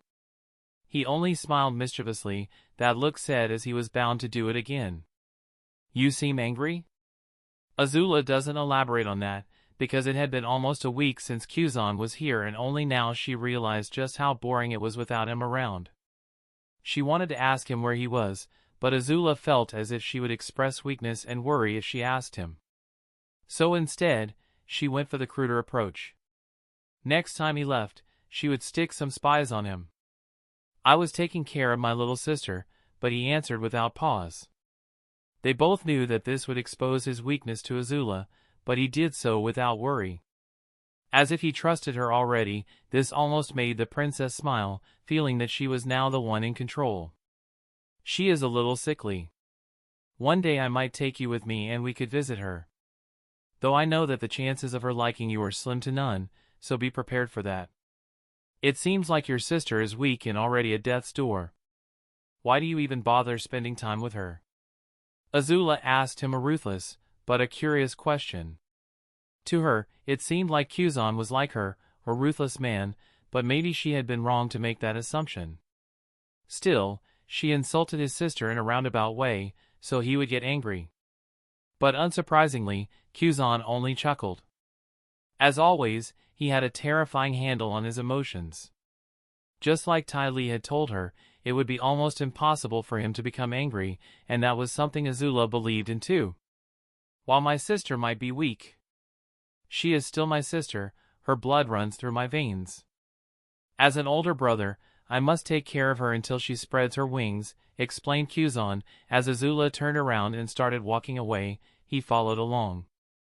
As they went out, the guards in the hallway were surprised to see another man, wearing Earth Kingdom clothes next to the princess, so they got in position to fight. But with a gesture from Azula, they stopped. Now that she thought about it, Kuzan had been able to go through the whole castle with Earth Kingdom clothing? By the reaction of the guards, they didn't see him when he came in. This made her quite intrigued. It seemed like Kuzan still held many secrets from her, and one of them was his assassin-like stealth. Suspicion started bubbling up within her that Kuzan wasn't just a simple spy. As they walked through the hallways, they encountered Maya and Ty Lee. The cold-looking girl was the one who stared at him and narrowed her eyes. Just like Ty Lee had told her, if one looked closely, then the atmosphere around Kuzan was truly strange, or at least that was what she liked to think. Because as he smiled at them, he seemed like your everyday, normal teenager. Yo, I am Kuzan. What's your name? He casually asked Mai, offering her his hand. But she didn't return the handshake and just looked at him and answered with a simple Mai. A realization drew in his eyes. So you are one of those emo kids? Emo? Mai frowned. That sounds like an insult. Him not answering was an answer in and of itself. Azula on the other hand saw this and calmly intervened. Mai, don't let him get under your skin. He is just trying to get a rise from you. In response to the accusations, Kuzan just chuckled nervously and scratched the back of his head. Ty Lee pouted and looked away. I was planning to give you a hug, but now no more. He chuckled and went ahead, hugging Ty Lee anyway. Sorry about that, I just wanted to see what the new member of our group was capable of. You meanie. We have been a group since we were young, you are the newest member, not Mai. Ty Lee just pouted, as she returned the hug, but smiled mischievously, planning to give Kuzan a little scare by chi blocking him. Azula looked on in amusement, she too wanted to see him in a powerless position. But it was for naught as he grabbed her hand, just a hair's length away from hitting him. HM? Are you trying to poke me? Why did that feel so dangerous? Ty Lee looked at him in surprise. No one before had been able to react to her chi blocking, especially if they only saw it for the first time. Still, she smashed her head on his chest as hard as she could. Those monstrous instincts are not fair. Azula POV. How ridiculous, even though it was just simple banter. With how they are acting, it seemed as if Kuzan had been part of our group from the beginning. He was charismatic, good at sneaking around, gathering information, and now even sensing danger. All of that pointed towards him being a top-rate assassin, a talented one too. I don't know what he is thinking most of the time. But judging by his actions, I can tell that he was trained to be an assassin, probably from a very young age. Getting those kinds of skills wasn't normal otherwise, and at most Kuzan was 18 or 19. Yet he was as good as a normally talented assassin that trained for more than 3 or 4 decades. It wouldn't be outlandish to think that he was the best assassin in the world. Normally I would be suspicious of such a man, but he hasn't been hiding it from me either. He trusted my intelligence to figure out what he was without even saying so. Well, anyone would have figured it out if he sneaked on them like that. If he tried assassinating me, would I be able to resist? That was a question that I needed an answer to. But still, for now, I had to let this go. There were more important things that were happening, and Kuzan was someone that I needed now more than ever. Father had given the order for the Northern Water Tribe to be captured. Initially, the plan had been to have the Avatar captured and hold him there. Now the plan had changed to killing him. But if the Avatar died, then it would just reincarnate again. The next cycle after air was water, and the war had already drained the Fire Nation out of a lot of resources. Though no one knew it yet, the 100-Year War had wasted quite a lot of our wealth. We have been in a losing deficit for quite a while now. Also, increasing taxes wasn't something we could do so recklessly either, because if anyone noticed that the royal family was getting weaker, they would be like bloodhounds. War was a complicated thing. It wasn't just who had the strongest army. But our expenditure was very big too, as we had to move troops, supplies, and everything else from the Fire Nation and into the Earth Kingdom. It isn't rare for those supplies to go missing either due to raiders. Fighting a war on enemy soil that was on the other side of the sea wasn't easy. If we can't take over the Northern Water Tribe, then I am afraid we will be put in a precarious situation. I had to take it over. No matter what. Chapter 59, Strategic Minds. Soka spent a couple of days as Kuzan and quickly became closer to the girls. Even Mai and Ty Lee came to accept him as part of the crew. Like always, even now they were having fun playing chess, a game that Kuzan introduced them to. Pai Sho was a game that Kuzan seemed to excel too, but Azula was able to beat him at it, more than he could beat her. The game called chess was also fun, but in this one, Soka seemed to dominate and never could get beaten. Not even by Azula, and she was the one most entranced by the game due to the titles of the pieces and how she could imagine real strategic battles with them. Azula and Kuzan were playing their 10th game of chess for the day, while Ty Lee and Mai placed their bets. The latter had placed her bets on Azula, believing in her friend's intelligence and natural talent overcoming the barrier in-game experience eventually. The room they were in belonged to Mai. It was her bedroom. Ty Lee laid on her bed and stretched. So what has been happening around here? I traveled around a little and didn't see any signs of battle in the city. Honestly, there were no people either. Because there was no fight, no soldiers, and almost no citizens when we came to take the city, clarified Mai. It was only the crazy kind, and some people playing Pai Sho in the middle of the street. Ty Lee looked surprised at that. Everyone knew that Omashu had a strong army. So why did they leave now? They could have held up for at least a year or more. King Bumi was known as a military genius too, so some were afraid that he might have been able to repel and destroy the forces. But with how things seemed to go, most think that he seemed to have gone mad. Azula frowned, as she could see that Kuzan was about to beat her. But she relaxed and tried to think of a way to win. Slowly a plan started forming in her mind and she asked, Kuzan, what do you think about it? The way that King Bumi reacted to all of this. She had expected him to be baffled like everyone else, but instead, he only smiled. He has a good plan. One that even if everyone else knew, they wouldn't be able to stop. For an information specialist, a spy, you really like keeping secrets from me. Now she was a little intrigued as it appeared that Kuzan knew something that she didn't. It just made her even more excited. This game of cat and mouse, she loved every moment, as she slowly got to pick Kuzan's mind apart. Azula knew that he had probably noticed this by now, but he didn't seem to mind it and even played along. Sheesh, just kiss already, Mai muttered under her breath, though she did so quietly and only Ty Lee could hear her. Turning around, the circus girl stared at me curiously. Mondaine got closer and whispered to Ty Lee. Can't you see just how she looks at him? Those intense eyes. Yeah, but would you call that love? Well, she either likes him or wants to burn him alive. Maybe both. Mai admitted, as Azula wasn't someone easy to read and she didn't have a long track record of being someone filled with love. So the chances she wanted to kill Kuzan were quite high too. After a while, Soka finished playing with Azula, and the girls went to do their duties while he went to do his. While walking around, he felt as if someone was following him. Still, he acted casual. Since Azula had given him free rein, no one, not even the governor of Omashu, who was Mai's father, would be able to stop him from going anywhere. Soka suspected that it was either Azula or Mai's father that sent someone to keep an eye on him. His suspicions were mostly on Azula. She was the controlling one who liked to know everything. Still, he acted like he didn't notice, and as he walked past a turn. Suddenly, out of the darkness of the tunnels, the spy appeared. He walked confidently past the corner Soka had walked. He was one of the best trackers in the Fire Nation and believed in his abilities.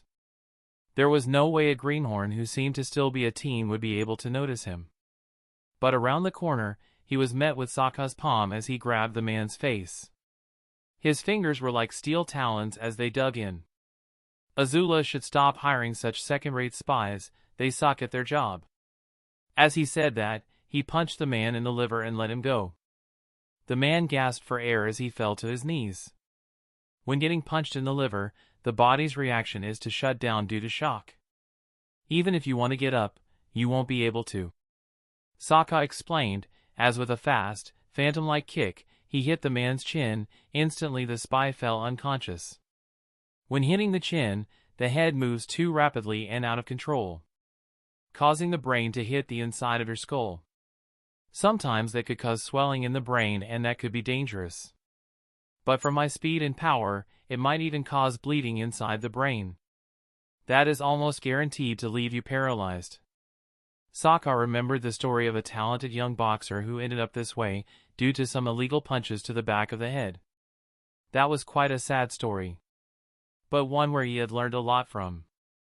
If someone is willing to punch you, do your best to crush them completely. No, kill them if you have the chance. In this world it was easier to kill, or made such actions easier.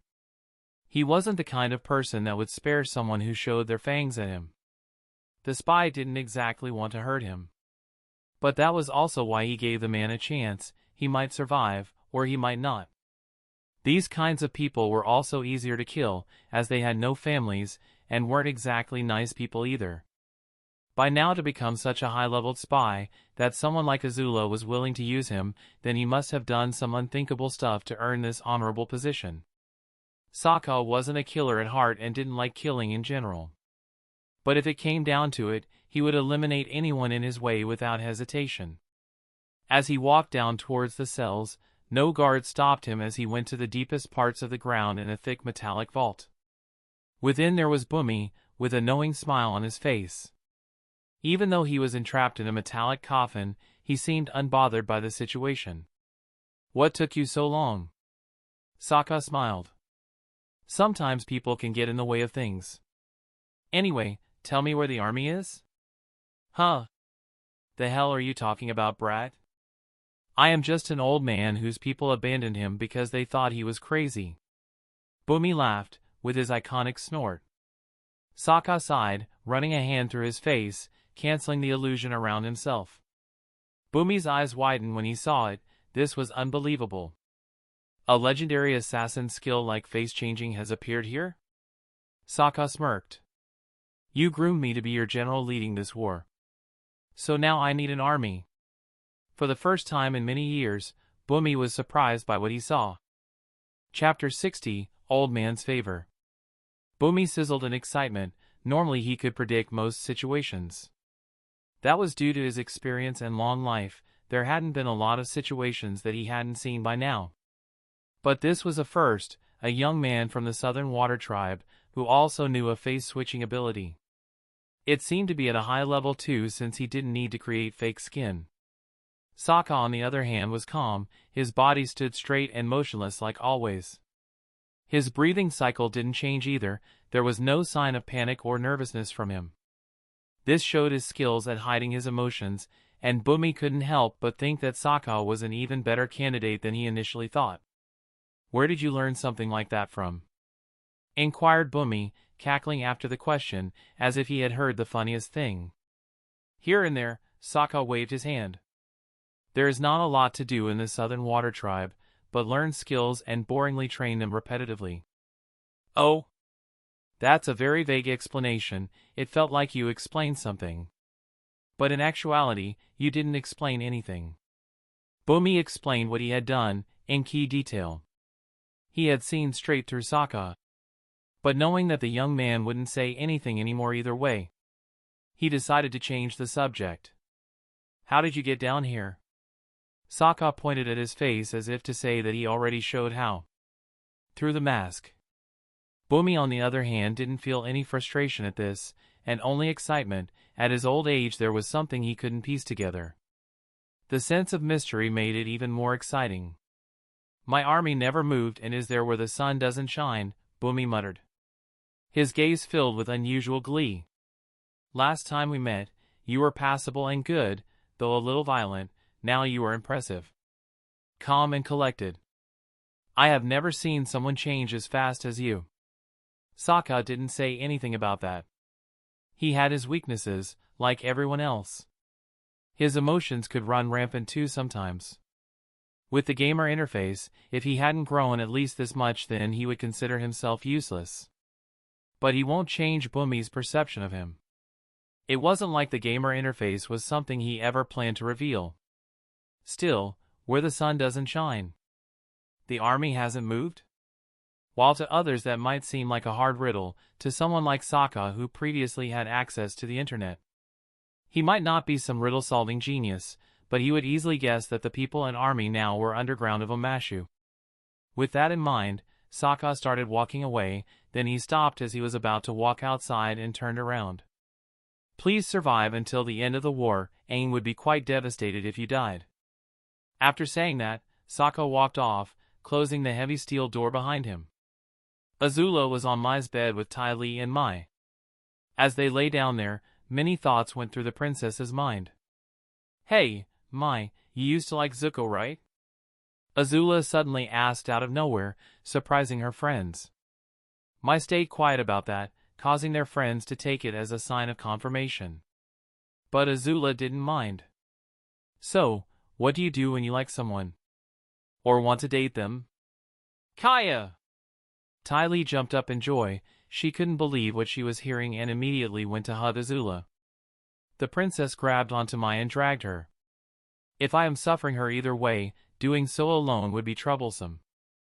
Azula then threw Ty Lee as if she was a cat, and she landed on Mai, which caused the circus girl to hug her deeply. Suddenly the door to their room opened. Azula was ready to burn off the face of the guard who did it, but it was Soka. He just stood there, and due to playing around the girls were intertwined with each other and their clothes rippled. Soka blinked once, twice, and slowly closed the door. "Sorry for interrupting you. Never thought you three had that kind of relationship." "Wait! No!" Azula yelled out panicky. She didn't want Soka to think that she liked girls. "This isn't what you think." "Yeah, I was just hugging Azula, and then she threw me at Mai," Ty Lee innocently stated with a smile on her face. But Soka seemed unconvinced and looked at the girls. "Don't worry, I don't discriminate against this kind of thing and won't tell anyone." Azula POV. "This is embarrassing. I could see it in his slouched eyes. He suspects me of being into girls. Damn it! I wanted to get him to like me. After all, since I would have to be married anyway, sooner or later, I would choose Kuzan as my husband. He was skilled enough, and also smart enough to stand by my side. But having him suspicious if I like boys or girls will make the situation harder." In the end, this was a battle of smarts, and even if I said that I didn't like girls that way, Kuzan wasn't someone who was convinced with just words. So then it must be with actions. How do you prove that you don't like someone? Hit Ty Lee? No, that would be too forceful, and someone like him would see right through it. So how can I convince him? The method must be quick, ruthless, and convincing. I mustn't falter in this and show true decisiveness. Kuzan kept looking and slightly walking back, so I was within a time limit. So, without thinking too much, I grabbed Ty Lee by the back of her head and kissed her on the lips. While my eyes stayed glued to Kuzan, now this would show him that even though I was kissing Ty Lee, it didn't mean that I liked it. Wait, this might have been a bad decision. Suddenly I felt Ty Lee start touching my breast, and use some tongue in our kiss. Oi, oi, oi, aren't you taking this too far? Stop! I pushed her away, and both Kuzan and Mai looked at us as if they had seen a mythical creature. Turning towards Kuzan, I saw him close the door and walk away. I made the situation worse. Soka POV. Well, that was something. Also, Ty Lee didn't seem to mind it too much either. This was a war and I wasn't here to question anyone, but, damn, did I change so much of the timeline? Did Ty Lee and Azula develop feelings for each other? Damn, now at best I can hope to be a good friend for Azula. The plan was to have her fall for me and use that as leverage for her to change sides. Well, the show never explicitly showed how Azula felt about the opposite gender. She might be in a Korra-like situation where she ends up with Ty Lee. Well, anyway, this wasn't that important. Soon I must go to the spirit world and try to get some things that would be useful. Currently, the dimensional chat members are all offline. It was normal for Valley, as by now he probably had a lot going on with his life. But Zabuza was different. He probably wanted to see how we could exchange jutsu between each other. He should have been the first one to try and contact me. Well, I will try talking to him later. Right now, I need to go to the spirit world and try to get something from that place. Now I just needed to put some thoughts in Azula's mind and make her think that I was perfect for spying missions. That's so I could be away without raising any suspicions. Leaving a water clone with Azula wasn't a good idea, because the little minx was smart enough to notice something strange. How should I play this? Chapter 61, Twisted Fate. Fwish! Sokka's spear cut through the air, creating a whip-like sound as the space in front of him seemed to crackle. He was in the Royal Fire Nation ship that Azula resided in. Some people were looking at him as he trained, and while he wasn't bothered by them. It was quite annoying since he couldn't train other skills here. But he was waiting for Azula's order. It won't take long for her to notice that having him on the ship is just wasting his potential. Sokka initially wanted to have her give him an order to go and spy somewhere, but he wondered if he had assumed her intelligence too much. After all, keeping a spy close to you is like having a brick of gold that you never cash out. It's useless. Azula on the deck of the ship was also training, as lightning crackled around her. Boom! Lightning kept shooting to the sky, as she tried to manipulate the chi around her to make lightning move in an arc. That way, anyone who touched her would be zapped. In her mind, she was fighting against an imaginary enemy with a spear. That was Kuzan. He truly showed her a new world of fighting in their short spar. Sometimes, some people would be able to dodge her fire. Earth and waterbending were also very effective as a defense against firebending, but that would be easily offset by lightning.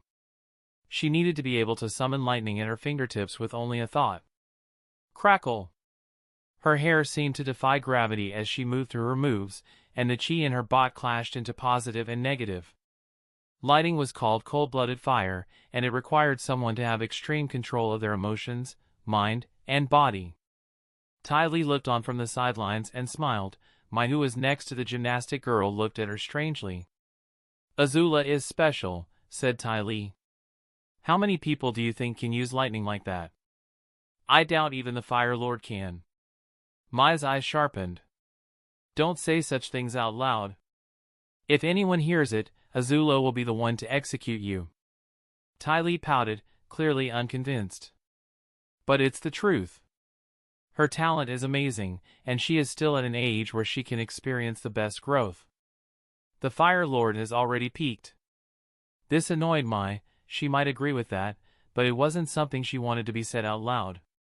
To anyone else, it would seem like they were mocking the Fire Lord. I agree with that. Suddenly another voice got in the conversation. Ty Lee almost jumped once she heard it. Her instincts were quite good, and she could sense when someone was close.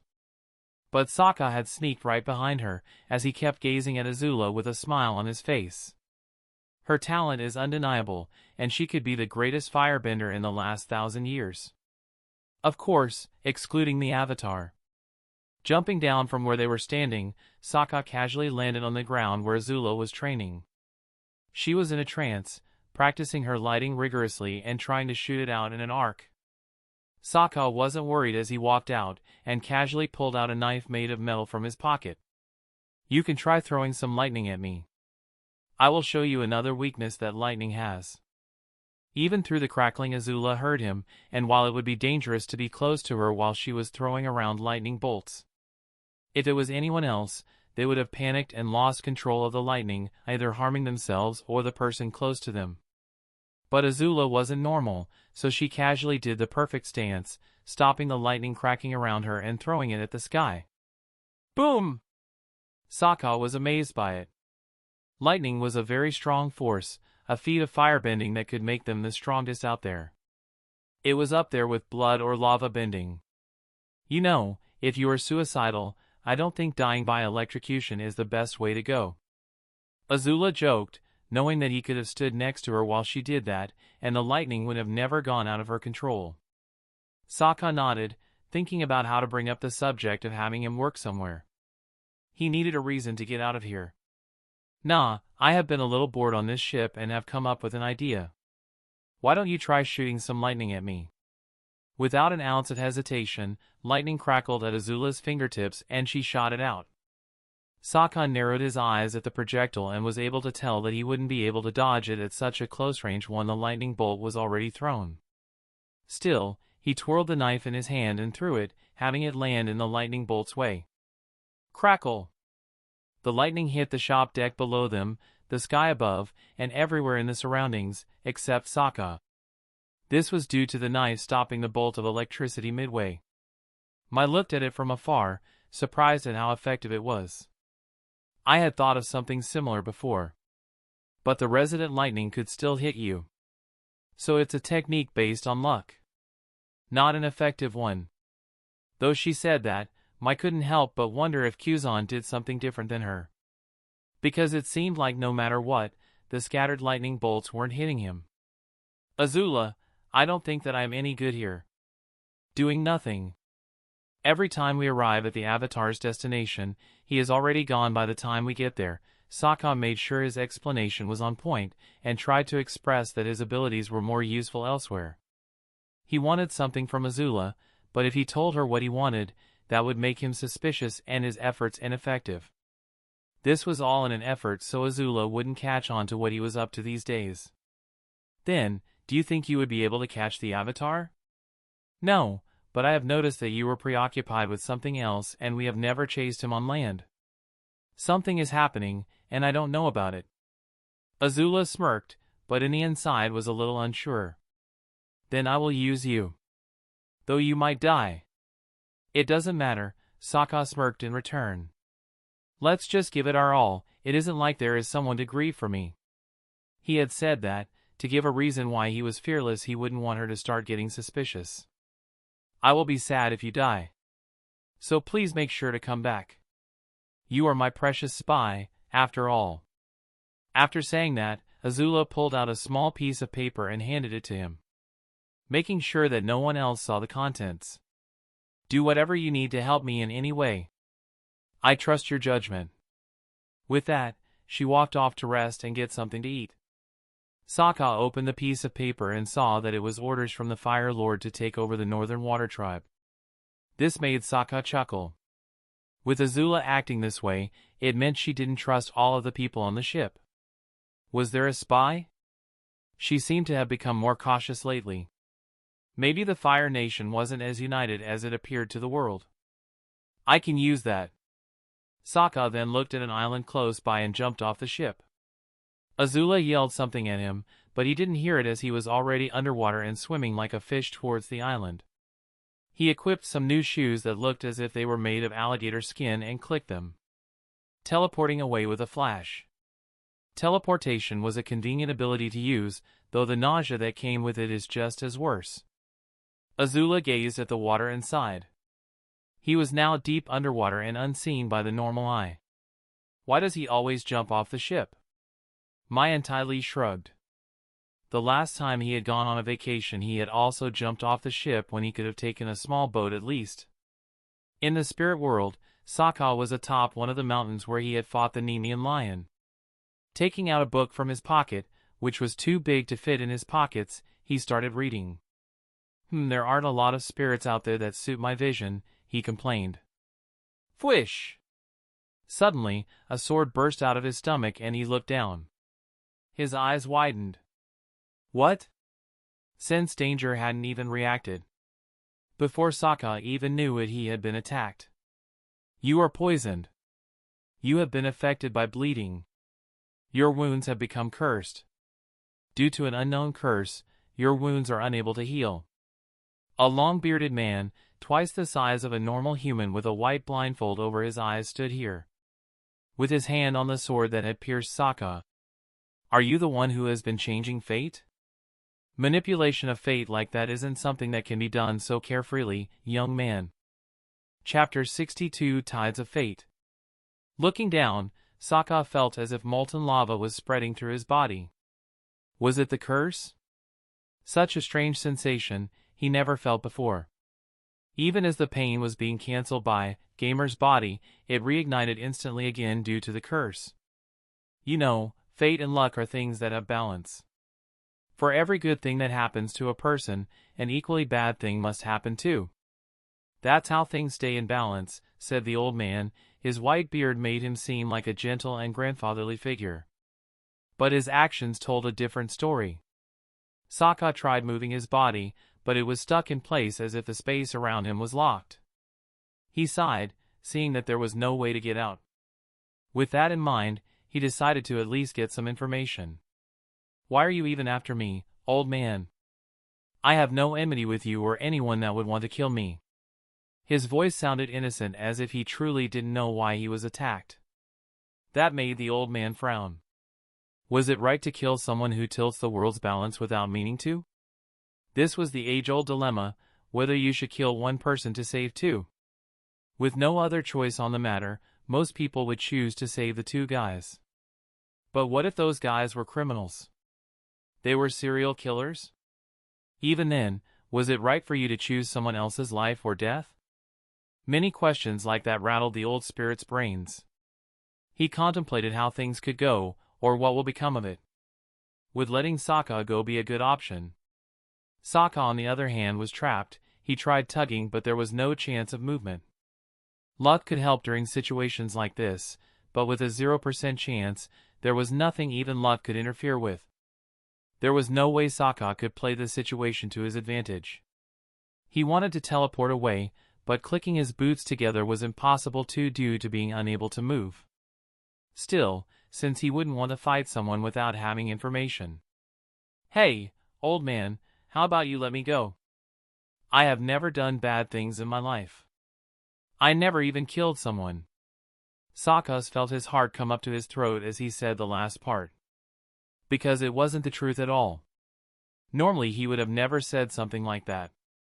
Because it wouldn't be hard to guess that the old man had been observing him. Still, Soka trusted in one thing, that was his luck. Planning for when you are too successful in something. Soka had been caught off guard when during the time of Zhao's blockade the people seemed to listen to his words so clearly, following as if he was their saintly savior. That time he had been unprepared, but now, he was fully prepared to try his luck. Test if the old man had been observing him at a bad time. Just like when the evil lady was taken by surprise with his bending, not knowing initially, Soka did something he never liked doing.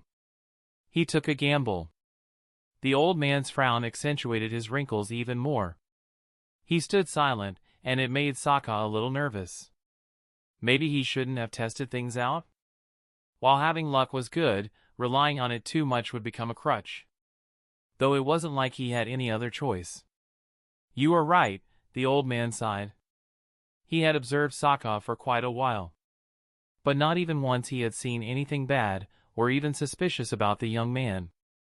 He was good enough for the evil lady to take an interest in. She mostly killed off kind warriors who were non-benders. While conflict between spirits at their caliber was uncommon and something that would only open a path for someone to kill them both. The old man didn't mind that Soka killed the evil lady, he was even glad. Someone like her had nothing but evil and malice to offer to the world. Yet, the old man, he was the spirit of fate, someone who had a prophetic-like ability and could grasp small glances of the future. Even with the glances he got, there was no sign of Soka doing something explicitly evil. In reality, he was just doing good things. Sigh kid, the old man rubbed his forehead, trying to think of what to say. You are someone who I would look after if the circumstances were different. Good people like you restore my faith in humanity. But the world needs balance, and as the spirit of fate, I can tell that you were never supposed to be so fate-defying. Fate, something that was like a river. Throwing stones at it could cause ripples in it, but it wouldn't change the direction of the river. There have been some people who have been able to change their fate, essentially putting a dam and delaying things like their death, or the death of a loved one.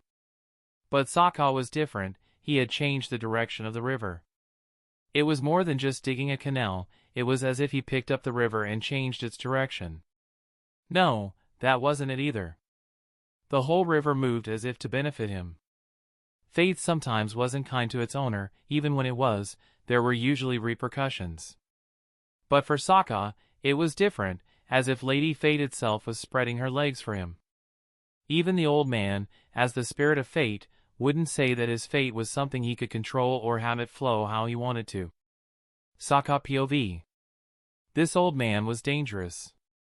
His power should be somewhere around the evil lady's level, maybe a little weaker. But he seems to know about my high luck, so that was a little troubling. That means I have to kill him today, no matter what. The spirit of fate was a very grand name. He was probably called by another name too. But that didn't matter. Well, I had contemplated in the past, if someone might notice my good luck, what would I do? Contemplating such situations could be done as speculation at most. Because I have no idea what kind of person they might be. Even spirits had many different qualities of personality. While I haven't learned a lot from the old man, he seemed like a kind spirit.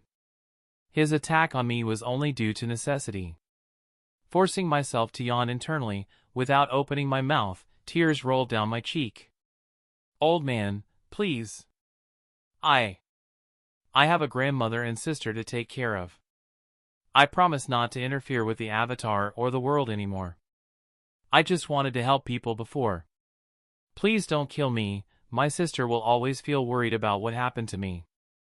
To make yourself sincere, if you can, always make the situation or excuse about someone else. Saying it that way would make me seem more sincere. Also, the reaction of yawning instinctively brings tears to your eyes. Okay, let's calm down first. I am not here to kill you, says the old man, taking his sword off my belly and applying some acupuncture with his finger to stop the bleeding. Do you think I am stupid? Stabbing me and then saying you weren't here to kill me? If I hadn't spoken, by now I would be dead. You fucking naive old man, doing only what you think is right and to keep balance. Many spirits have been trying to kill me lately. I am not going to just roll over and take it. You want balance? Well, you can have it. The old man put a comforting hand on my shoulder. Well, I am sure we can work something out. If you live as a hermit dash. Fwish! My spear cut through the air, and the old man's eyes widened. There was no longer a hand holding onto my shoulder. Click! I clapped my shoes and teleported away. Just behind the old man's back. Clang! My spear seemed to hit an invisible steel wall, and the power behind my swing seemed to shake my spear. That vibration traveled up my arm. The old man turned around with a furious look in his eyes. You faked all that? No, because the best lies need a sprinkle of truth in them. But I won't tell him that, just in case anyone was listening in. When you want to kill someone, you should be prepared to get killed. Click! I teleported once again, this time to his side, and swung my spear at him again. Due to my high level in spear mastery, my spear moved so fast that it was invisible to the normal eye. Just as my spear was about to touch him, he extended his hand, probably creating another invisible barrier. Click! But I teleported to his side and cut off his other arm. Though it was a spirit, the way his arm sloped to the ground was like that of a human. You lying brat! He yelled out, as dark energy surrounded his form. Chapter 63, Promise to Myself. Having only 3 uses left in his teleportation boots, Soka contemplated running away, but abandoned those thoughts as soon as they came to mind. He didn't want an enemy like the spirit of fate scheming behind his back. If he didn't finish the old man off right now, Soka knew it could lead to his death. That was something he wouldn't allow. While he understood that one day he might be killed by some stronger being, he still doesn't want to die due to making a wrong move. He would have no one else but himself to blame if that happened. Even now I can feel it, said the old man, looking at his arms, which were now just 2 bleeding stumps. Fate is moving in your favor. Even my river of fate is moving to your advantage. Just being close to you causes others' fate to move in a way that would deliver a good outcome for you. What a ridiculous thing, it's as if the world lived for you, as if you were the chosen one. What defines a hero? Or more correctly, someone who is chosen by the world? Was it talent? Power? No, it was luck. Having luck was the most important thing that would bring power and talent with it. The old man was having an existential crisis. He could understand more than Soka what this meant. Everyone was the main character of their own story, but if Soka came into your life, then he was the main character of your story too. My existence, being twisted to suit you, this is disgusting, yelled out the old man, as his kind eyes shined red with malice, turning blood-like color, as the dark energy around him was amplified a dozen times. Soka was thrown away the mountain top just from the shockwaves of the energy. Bomb! He smashed into the ground, painfully, as a crater was made around him, but his eyes stayed glued to the old man. He could sense the air around him turning malicious. Soka felt like his skin was being pricked by needles. I don't understand exactly what you are talking about. But luck will always be on my side, old man. Even in your own story, you will become the villain and I the hero. Soka said that to aggravate the old man even more. A strong enemy wasn't as dangerous as a smart one. He would rather fight the old man when he had more power than having self-consciousness and thinking clearly during the fight. Fwish! Within an instant, the old man had closed the distance between them. Soka hadn't even had enough time to get up, much less dodge the attack. But now, unlike before, his sense danger skill warned him of the attack. Boom! A large dust cloud covered the area, as the ground crumbled upon itself like paper. The old man's leg had sunk knee-deep into the rock, and his arms had regenerated, though the new hands were covered in a shadowy, dark mist. Soka, on the other hand, had dodged the attack by tilting his body just by a hair's breadth out of the attack. Though he was still hit by the shockwave, he had used that to move away. Now he understood why initially, sense danger, hadn't worked. Because the old man initially didn't have any intentions of directly harming him. Even during spars, Soka hadn't encountered something like that. But now he knew that the sense danger skill had a weakness. Old man, I don't know what has freaked you out so much. But once an enemy wants to kill me, I will never let them live.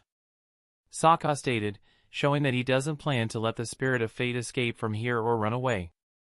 Today, only one of them would get out of this alive. Soka clenched his teeth, and his body lowered, clenching his spear in his hand. He had to finish this in one attack because the more this battle goes on, the chances of him winning will decrease. Bullet time. Soka's running speed increased by 300%, but he didn't move an inch. The muscles on his legs clenched as a weird aura surrounded them. To end the battle within one attack, amongst Soka's countless skills, one stood out. Chance hit LDL max. The skill he had gotten when his luck reached 200 would allow him to always hit a target with 100% certainty. Though the skill could only be used once every 10 days. He knew this was the perfect chance to use it. Instinctively, all of Soka's senses sharpened to their absolute limit and he could feel his own heartbeat.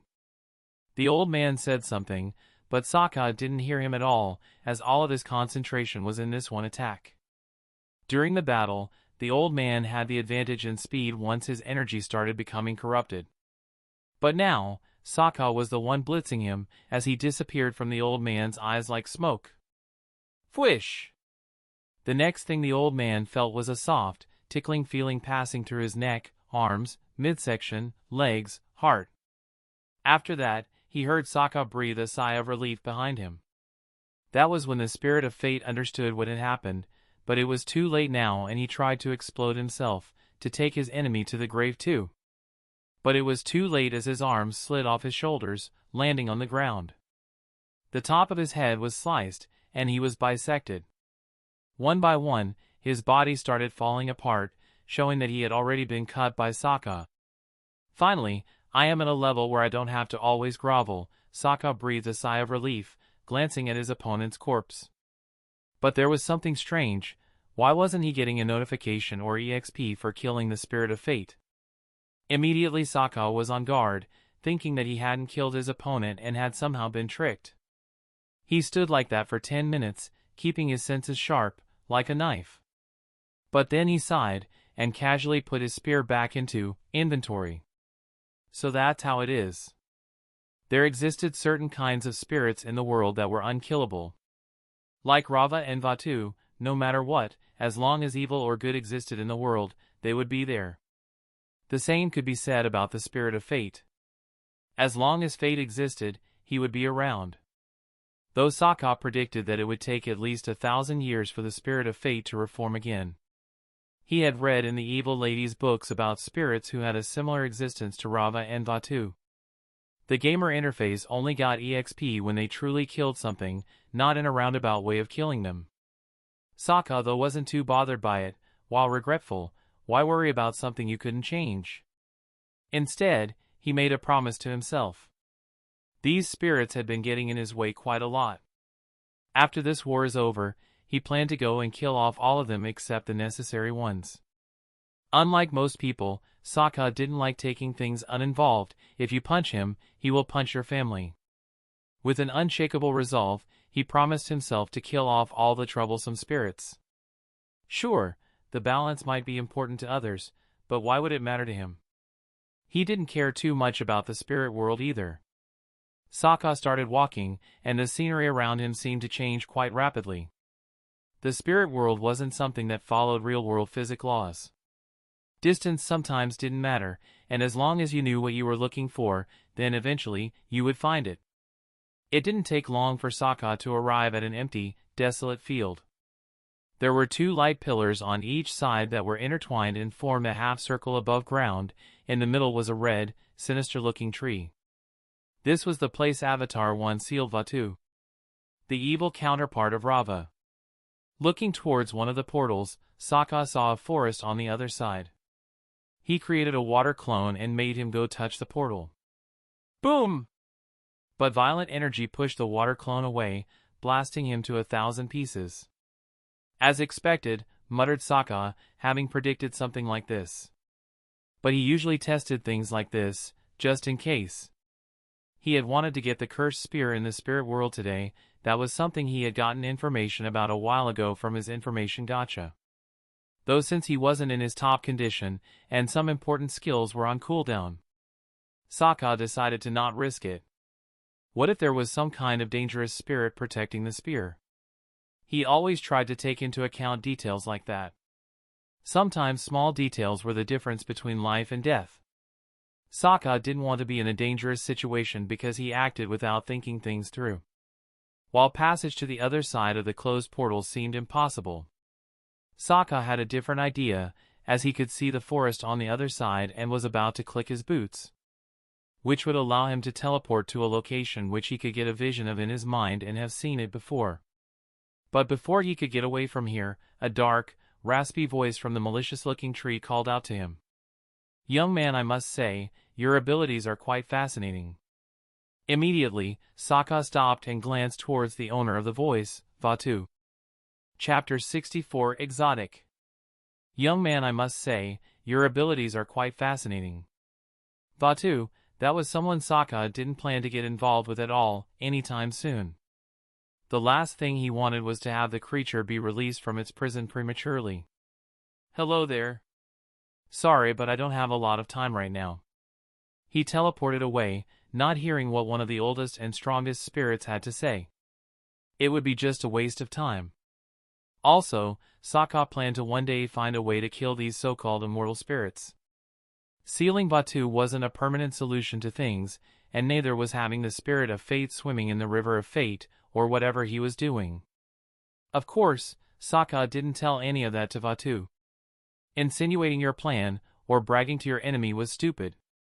He would rather keep it to himself and not even have Vaatu be aware of what was going on. Soka liked the more permanent kind of solutions, but he didn't want the spirits knowing about his plans to kill off most of them. But for now, he wasn't worried about that as he teleported to a forest, and looking around, he smiled. He was in the North Pole. The forest around him was the one that exists due to the spirit portal. This place was filled with spirits too. At the same time, on the other side of the North Pole, Appa swam in the cold waters while Aang, Katara, and Sokka's water clone looked around, trying to see if there were any waterbenders. Katara, especially, was excited to finally find a waterbending teacher. This had been something she had waited ever since she could remember. Sokka's clone suddenly stands up and looks at the water, its eyes narrowing. "How cold do you think these waters are?" "Very cold," Katara stated, raising her brow, confused, pointing around. "See the ice? That means it's cold, brother. Are you getting dumber each day or something?" Aang heard Katara talk and whispered under his breath. She is becoming more like her brother with each passing day. Even his dry sarcasm is rubbing off on her. "What?" Katara heard his whispers and was outraged. She isn't like Sokka, or at least that was what she liked to think. "I am not like him?" She pointed towards her brother, who was already mid-dive and went on the water with perfect form. Katara just looked at the water as he sank under and then glanced back at Aang. "You see? He really jumped in the water." Not long after, he climbed back into App, shaking due to the cold. "I feel like this is even colder than back home. Can you waterbend the water off my clothes, dear sister?" "No, learn from making such stupid mistakes." "Come on," he whined, "what if I catch a cold, or hyperthermia?" Like many times before, his words caught into Katara's soft heart and with a sigh, she got all of the water off her clothes. Immediately, like always, Sokka ignored her and went towards Aang. "So anyway, Mr. Avatar, how is your waterbending training going?" "I will show you how mine is going," said Katara, creating a water ball and ready to douse her brother in water again. But luck wasn't on her side as suddenly, all of the water around Appa froze and some dozen men in small boats came forward. "Who goes there?" The looks on their faces were fierce and ready to attack. Sokka immediately walks to where they can see him and puts his hands up, with a harmless smile on his face. "Sorry for bothering you, everyone. But can you tell us where the Northern Water Tribe is?" He grabbed Aang and pulled him up so everyone could see him too. "We have the Avatar with us, and we need a waterbending master for him." The men narrowed their eyes in suspicion at first but then nodded when Aang blasted a blob of air, creating a gentle wind around. They nodded, with stern looks still on their faces. A stern middle-aged man, who seemed to be in charge, pointed towards two of the other boats. "Yes, we will welcome the Avatar. They will lead you back. We still have a patrol to continue. Some weird things have been happening around here." "Huh? Weird?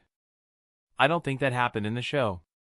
Sokka kept the smile on his face but was ready to pull out his spear and cut anything that might seem troublesome. He could guess who was behind this weirdness but decided to still keep his guard up. Azula was very different from Zhao, and her attack on the Northern Water Tribe would be different too. He felt a little excited just thinking about the things she might scheme. For now, Soka wasn't playing as Kuzan and had to fight against Azula. Mostly intellectually, and he couldn't go on the offensive, had limited forces, and the Northern Water Tribe soldiers might not even listen to him. To others, this might sound like a disadvantage, but to Soka, it sounded like an intelligence and wisdom stat grind.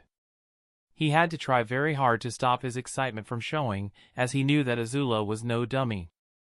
In the original series she took down Ba Sing Se without a real army, but now she has one, the biggest army in the world at her side. Appa was slowly escorted towards the Northern Water Tribe, and the group finally caught sight of the ice walls that kept this water tribe safe for 100 years. Soka, on the other hand, stared at them with melancholy. The Southern Water Tribe, unlike the Northern, was poor, and after the war people might have to move out and work in other places, outside of the tribe, just to get food. This was the harsh reality of the world.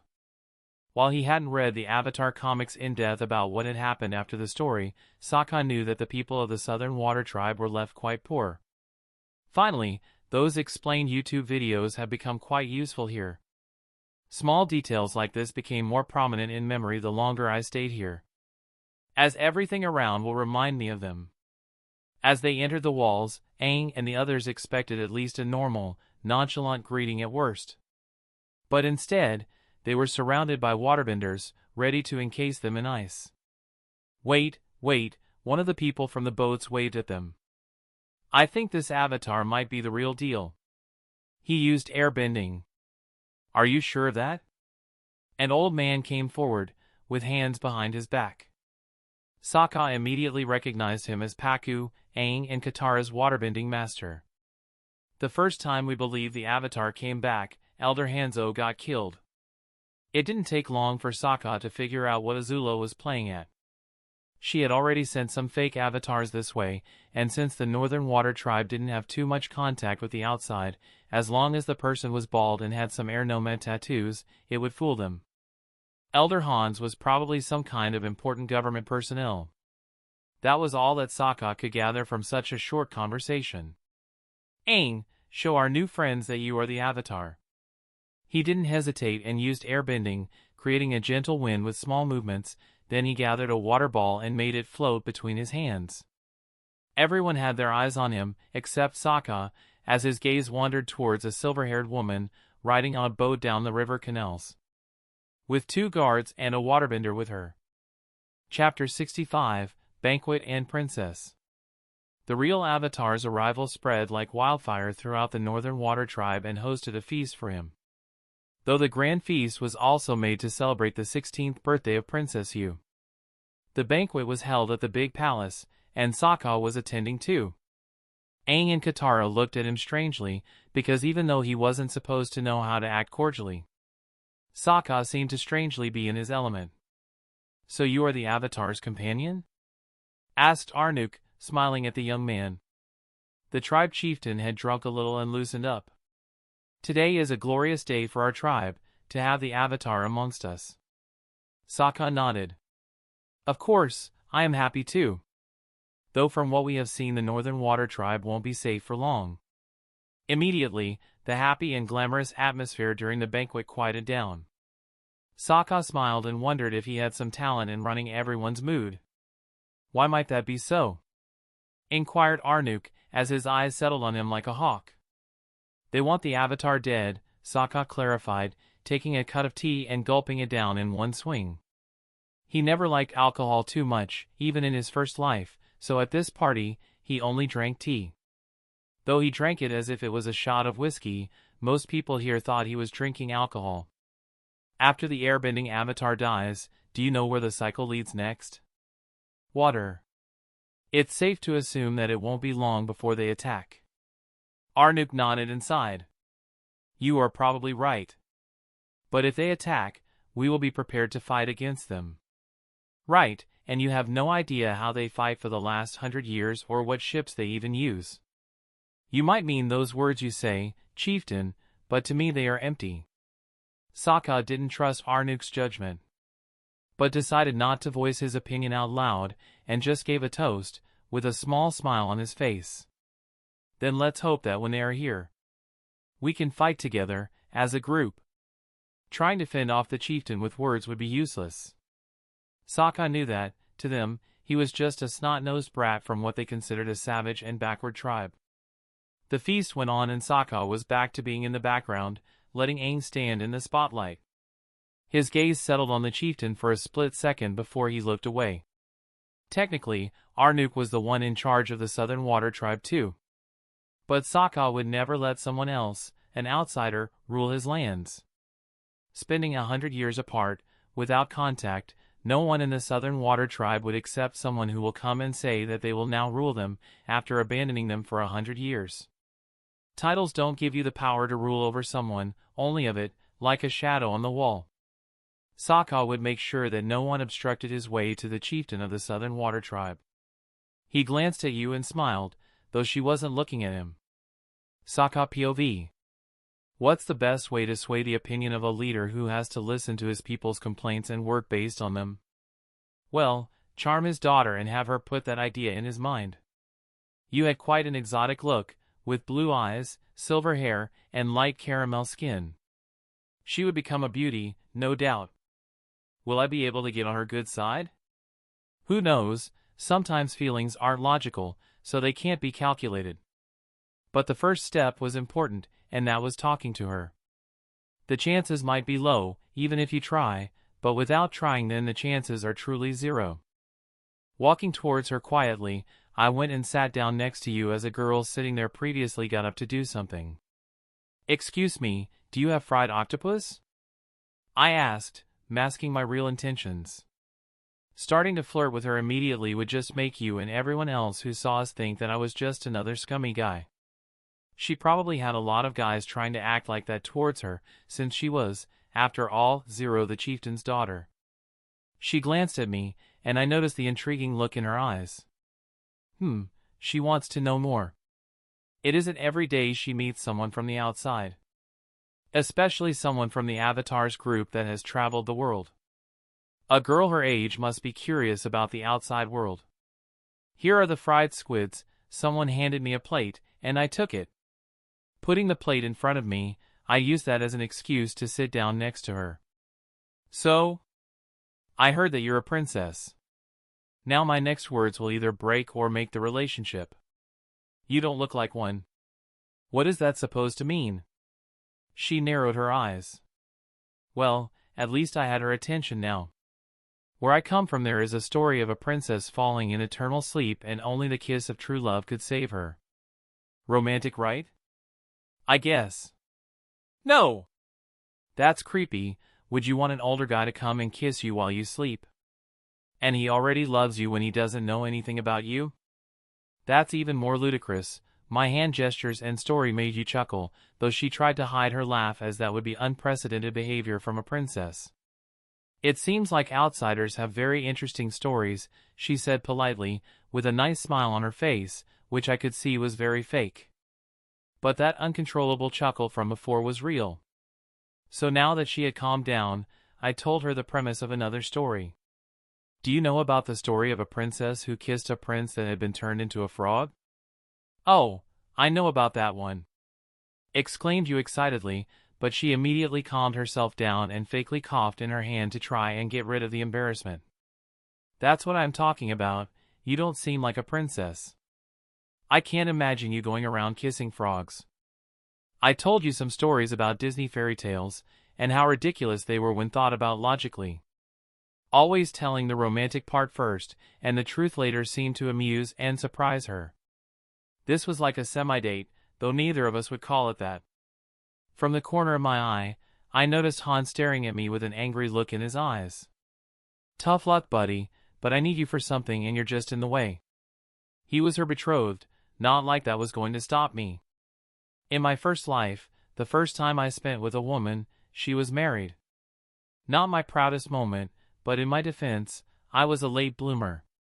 If a relatively pretty woman throws themselves at an inexperienced man, they will start thinking with their lower head. Though I did feel guilty later on when they divorced, not for the adults, but the children that would have to go through their parents' separation. Looking at my cup, I wondered if coming to this world had changed me. Here I was, charming another rich guy's daughter to get what I want. Damn. Soka, is something wrong? Asked Yu worryingly, putting a hand on my cheek and making me look at her. Her worried eyes and gentle expression overlapped with another woman for a split second. Fuck. Naive and nice people will always be taken advantage of in this world. The underdogs are beaten down, used, pumped, and dumped. It almost made me feel guilty for using her. Well, that didn't mean I couldn't develop feelings for her later on. Maybe this time, we could have a happy ending? No, I was never foolish enough to try and wash things I regret in the past. Something that had already happened can't be changed. It was about time to stop thinking about a past life I could change nothing about and start looking forward to the future. I can't change the past, but I can stop myself from making the same mistakes. Well, Han was walking towards us too. So I couldn't stay daydreaming of what could have been. That guy seemed to want to punch my lights out. Chapter 66, Look Underneath. Soka and you spend a lot of time talking with each other, and it doesn't take long for a group of other girls to gather around the table. He was telling them stories of his adventures with the Avatar that were somewhat true. But he was using his acting skill to great impressions and showing how the scenes played out. That drew deep emotions from them. Katara observed from the sidelines, narrowing her gaze suspiciously. In her eyes, Soka already had a girlfriend, Suki, and now he seemed to be playing around with other girls. Others might not notice, but the way he looked at you, touched her hand and smiled at her. Everything pointed towards him wanting to be with the Northern Water Tribe's princess. Katara didn't approve of such behavior, feeling sorry for Suki, but there isn't anything she can do about it. With a regretful sigh, she goes back to looking at the waterbending performers. This way, she could at least learn something. Yu was having the night of her life as she laughed and smiled more than she had ever done in her life. Sokka's exaggerated stories seemed to have a sense of anxiousness and comedy about them as he described the dangerous events during their journey. So I looked Zhao in the eye and trembled in fear. His gaze shakes as he looks at the ground. The commander has fallen just like that. Not long after, many Fire Nation soldiers followed up. Sokka's story was interrupted as Han, Yu's betrothed, walked up to them with a furious look in his eyes. You never looks or laughs at me like that. This southern savage comes here and tries to seduce my future wife in front of me? Han put a hand on Sokka's shoulder as he was sitting down. Hey, I think this is enough for tonight. Yu is my betrothed. It's not finalized yet, Yu intervened, looking at Sokka as if she had to explain something to him. Han felt his heart burn with an icy fury. Anyone would be able to tell that Yu had a crush on Sokka already. This bitch! We're betrothed and she immediately goes for another man as soon as the opportunity shows itself. Sokka got up, brushing Han's hand that was on his shoulder to the side. He then smiled and put his hand on Han's shoulder. Hey now, there is no need to be angry. I and you are just friends. Are you insecure enough that she can't even hang out with some friends? That was the excuse any cheating spouse would use on their partner. Sokka held his smile and didn't show any sign of aggression, but he didn't show fear either. Han knew that if he provoked the man in front of him, then his opponent wouldn't be afraid of a fight. Sokka POV. Han, poor guy. I was about to get his betrothed and there wasn't anything he could do about it. This was related to feelings, not something that could be changed so easily. You might have been okay with marrying him before, as it was expected of her. But feelings changed as time passed. Most marriages that ended in divorce started with love. People that divorced thought that they had met their soulmate initially. Life wasn't all roses, sadly. Love wasn't some eternal magical feeling, either. Things get monotone, even in a loving marriage. Someone might be pushed to cheat just to spice things up a little. Yu was a no-brainer on this one. She didn't even love Han, and just was betrothed to him due to obligation. Han clenched his teeth as he brushed my hand aside and walked away. Remember to come to warrior training tomorrow. I would love to teach you how we, the Northern Water Tribe warriors, fight. Was that supposed to be intimidating? Sure, see you there. I kept smiling at him. As if I didn't understand his threat. Having him explain what he meant by saying that would make Han look stupid. He didn't take my bait, so I continued. The warriors can teach me a lot, and I can teach you guys a lot too. As I sat back down, you looked at me worriedly and asked, "Are you okay?" Yu's gentle demeanor was a contrast to the other girl around the table, who kept looking at Han walking away with dagger-like gazes pointed at his back. TCH, Han is such an idiot. Yeah, I don't like him anymore. He came all the way here just to run away. The girls started whispering among themselves, criticizing him. There were some harsh things said that made me feel bad for the poor guy. Who am I kidding? I was going to entice the hell out of these flames and make this situation bigger than it was. Sorry, Han, but you don't pick fights with guys like me. I go for under-the-belt hits and break every unspoken rule there was. Yes, I am okay. Grasping Yu's hand, I reassured her. Surprisingly, her hands were cold, even though it was warm inside the building and she was wearing clothes that protect against the chilly weather. Did this have something to do with her having been given life by the moon spirit? The other girls looked on with jealousy and started whispering, probably bad things about you. Sigh girls and their jealousy, there were some good ones out there, but if they were good, they wouldn't have crowded over me like this. Most of them were here because I was the Avatar's companion, and Aang was already surrounded by intimidating officials, so they couldn't get close. Excuse me, I have to go to the bathroom, Yu said, probably having heard the harsh words the girls were talking about. But as she got up, she suddenly stumbled, and fell forward, straight into me. As her body landed onto mine, I was pushed on the ground with her on top of me, and with everyone now looking at us. The first thought that came to mind as she sat on my stomach, Yu was heavier than she looked. I could barely breathe and felt like throwing up. Thankfully, due to Gamer's body, that sensation was quickly gone, and I didn't throw up. But her heaviness still weighed on my body. Suki did it better. She sat a little lower, even though she was probably a little heavier than you. Around 7 kilograms, 15 pounds, heavier. Even though they should be around the same height. Suki was probably heavier due to her muscle composition, as she did a lot of physical training, unlike you. Welp, it was about time I did something that proves to others that I am not some kind of manipulator. After all, you was a princess and people could easily assume that I had some negative intentions and might be manipulating her. Unlike Soka, the princess was deeply embarrassed as her face flushed like a tomato and she froze. What can she do? Should she get up? Move? Change positions? Apologize? By the time she was done overthinking things, seconds passed by and everyone saw their risque position. The first one to speak was Soka. You're heavier than you look. You paled, and without thinking, slapped him, getting up and running away. Katara stared at him as if he was stupid. You in your mouth, she whispered under her breath. Soka only looked around confused, touching his cheek. Why did she slap me? Some just awkwardly coughed, while some others went back to drinking. All of them with one thought in their mind. What a naive guy. Katara could read the atmosphere and she frowned. While she called her brother worse things than naive, she didn't want others to think bad or insult her brother behind her back. Soka on the other hand got up and went out of the party to get some fresh air. By now everyone ignored him. After this incident it showed that his relationship with you was unredeemable. On top of that, he seemed quite naive in romantic relationships.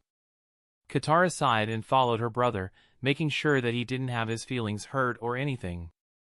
Plus, if she stayed here, she might freeze the faces of everyone here that was looking down on her brother. Asterisk. Once outside, Sokka's gaze went from a confused and naive boy to that of a tiger. Even his posture changed from a little crouched, to straight, tall, and sharp like a knife. The atmosphere around him changed completely. What annoying old men. Katara, who was following him, secretly caught sight of this, and her eyes widened in shock, as her hands covered her mouth. What is this? It feels like Sokka's demeanor changed in a split second and he became a different person. Chapter 67. By using map, Soka was able to find where he was and how to get there by using some hidden shortcuts. Following the hidden tunnels and sneaking past any guards, he arrived at a place that was familiar from the original show. The Spirit Oasis, a strangely lush cave with plants, which contradicted the cold nature of the Northern Water Tribe.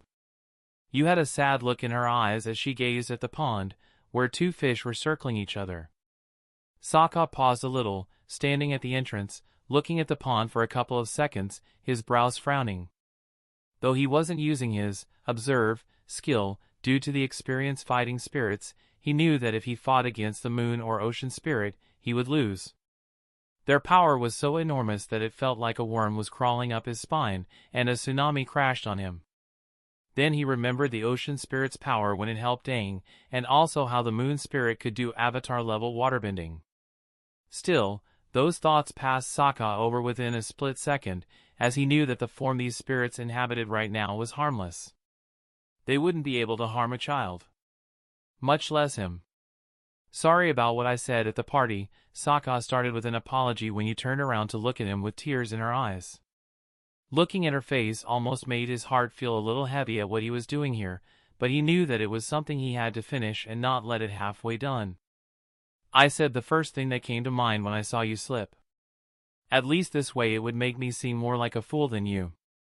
He had also done that to lower everyone's expectations and get some alone time with you so he could fill her mind with strange ideas. But of course, he wasn't going to tell her that. Sometimes when an opportunity meets preparation, you have to make a move, and that was what Soka did. Plus beforehand he had acted as if he was drinking a lot, so this incident wouldn't affect him that much, or at all. But you didn't know any of that. While to her it was an accident, to Soka it was a carefully calculated plan. As a princess, you have way more to lose by such an accident than I do. You looked down, her face unseen by Soka as he got closer and stared at the pond. It felt like the spirits swimming down there were looking at him. Spirits always creep me out, their abilities are sometimes very complicated and they always seem to know more than they should. He sat down in front of the pond as if daring them to do something. Soka knew that every spirit seemed to have some kind of intelligence. Inviting you to sit down with him, he pointed at the fish and said, "What are they? It feels like these fish are looking at me weirdly." You sat down and leaned her head on his shoulder, as a small smile adorned her face. "They are Tui and La, the moon and ocean spirits." Then she started explaining her life story and how she was given life through the spirits. While at the same time, Soka zoned her out, while still keeping his ears open for any kind of new information that she might reveal. Katara was also at the entrance of the pond cave, with a smile on her face. Glad that her brother wasn't feeling too down by the event. Stupid people, always making things seem like a bigger deal than they are. Though she couldn't get the image of Sokka's change off her mind. Katara wondered if she might have seen something, her eyes might have been fooled by the dark night. Or maybe this is one of Sokka's tricks. He may have known I was there, following him. At the same time, a large Fire Nation fleet was sailing towards the Northern Water Tribe. Hundreds of ships, fully manned with soldiers and armored to take down any enemy in the world. But the biggest ship amongst them was the one leading the whole operation. The golden incrustations on it showed that it was a royal ship, and at its deck stood Azula, the head of this operation, with her two friends standing by her side. Ty Lee, who usually wore skimpy clutching with her belly exposed, was wearing more clothes as the weather kept getting colder the closer they got to the North Pole. Mai kept to her usual baggy clothes. "What's on your mind, Azula?" asked Mai, wondering if her best friend might be nervous about the expedition. Failure wasn't an option, as she would be severely punished if that happened. This was half of the Fire Nation's fleet, and if they lost it, well, there would be trouble, to say the least. "Just wondering whether the Northern Water Tribe will end up being handed in a platter by the time we get there," she smiled, and that was when Mai understood. Azula was confident in her victory and had already finished preparing everything. War was a complicated thing, and Azula planned to use every dirty trick she could to win this with the least losses possible. Mai continued looking at her friend curiously, trying to figure out what she was thinking. Under such a situation, the princess should be feeling the pressure, but she wasn't. Why was she so confident? The next day came about. Aang and Katara were excited to meet their new waterbending teacher. They immediately got ready and went in front of the palace, waiting for Master Pakku. Sokka followed them and stood by in a lanky posture and yawned. "When is the white mustache guy coming?" Katara was about to elbow her brother, but she stopped as Pakku slowly came into view with his usual strict look. Sokka saw this and just waved at everyone. "Well, see you later, guys. I gotta go and see what the warrior divisions are up to." Going to the barracks, Sokka was met with warriors training their spearmanship, and some were sparring. He yawned. There wasn't anything that could be learned here. With just one look he could tell the mistakes they were making, and he wasn't in a mood to correct them. While most in his position would mistake these people as his allies, they were far from that. The Northern Water Tribe would be the opposite of an ally after this war was over, especially once the oil reserves will be found in the future. They will use this ruling claim about how the chieftain of the Northern Water Tribe also rules the South. It was human greed. Sokka understood that. He also had his greed, and there was no way in hell he was going to train an army that in the future could become his enemy. "Hey! What are you doing here?" Someone called out to him rudely. He nonchalantly turned around and saw Han staring at him with an angry flame in his gaze. But Sokka wasn't here to fight with some snot-nosed brat whose betrothed wanted to be with someone else. So he ignored Han and walked towards the teacher, spear in hand and ready. "Excuse me," he called out politely, with a harmless smile. "I am Sokka, the new guy with the avatar. Can I train here?" The man looked at him. He had a strict face as his eyes glared back at Sokka with an intense gaze. "Oh!" he suddenly exclaimed, a smile slowly adorning his face. "You're the too heavy guy from yesterday." "Bahaha, don't worry, kid. Every one of us old folk has had their own mistakes when we were young. It isn't the end of the world." While the man tried to console him, Sokka kept a polite smile on his face. But he wasn't that worried about the incident either. Things like these always get brushed over. Still, as he listened to the advice of the teacher, his gaze was glued on Han as he talked to his friends and seemed to scheme something. Just then, dark snow started falling from the sky, surprising everyone as they looked at the sky fearfully, signaling that something sinister was getting closer. Chapter 68. This was a situation Sokka had predicted, though the upcoming Fire Nation attack might end up happening sooner than the original timeline. Azula would be a harder opponent, but Sokka welcomed that with open arms. As the people around him were scared and confused, he played along by having a worried gaze as he stared at the dark snow. By now Katara hadn't even gotten around to convincing Master Pakku to teach her. Sokka sighed. It seemed like he would have to take the steering wheel on this one. Because if he let things play along, Azula would take over without much trouble. They would have to escape with Katara learning nothing. He couldn't allow that.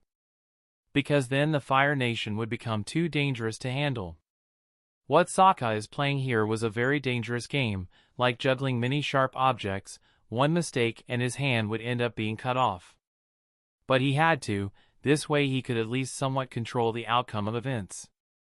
"Hey!" Han called him over, and by the smirk on his face, it was easy to see that he was up to something. "How about a friendly spar?" Sokka stared at Han for a couple of seconds and a new idea started forming in his head. What he needed right now was control over the outcome, and to get that, he would have to get in close contact with the military of the Northern Water Tribe. Essentially, he needed to befriend people in high places. He casually walked towards Han, who had a bone spear in his hand. "What do you want?" Sokka was unbothered as he casually walked towards him. "You wanted a spar, right? Well, I will give you one." Fwish! Within an instant, Sokka displayed almost supernatural speed. His spear blitzed, becoming unseen to the natural eye and cutting Han's bone spear into over pieces. Han looked at his weapon in shock, but there wasn't anything that he could do as Sokka's spear was pointed at his throat.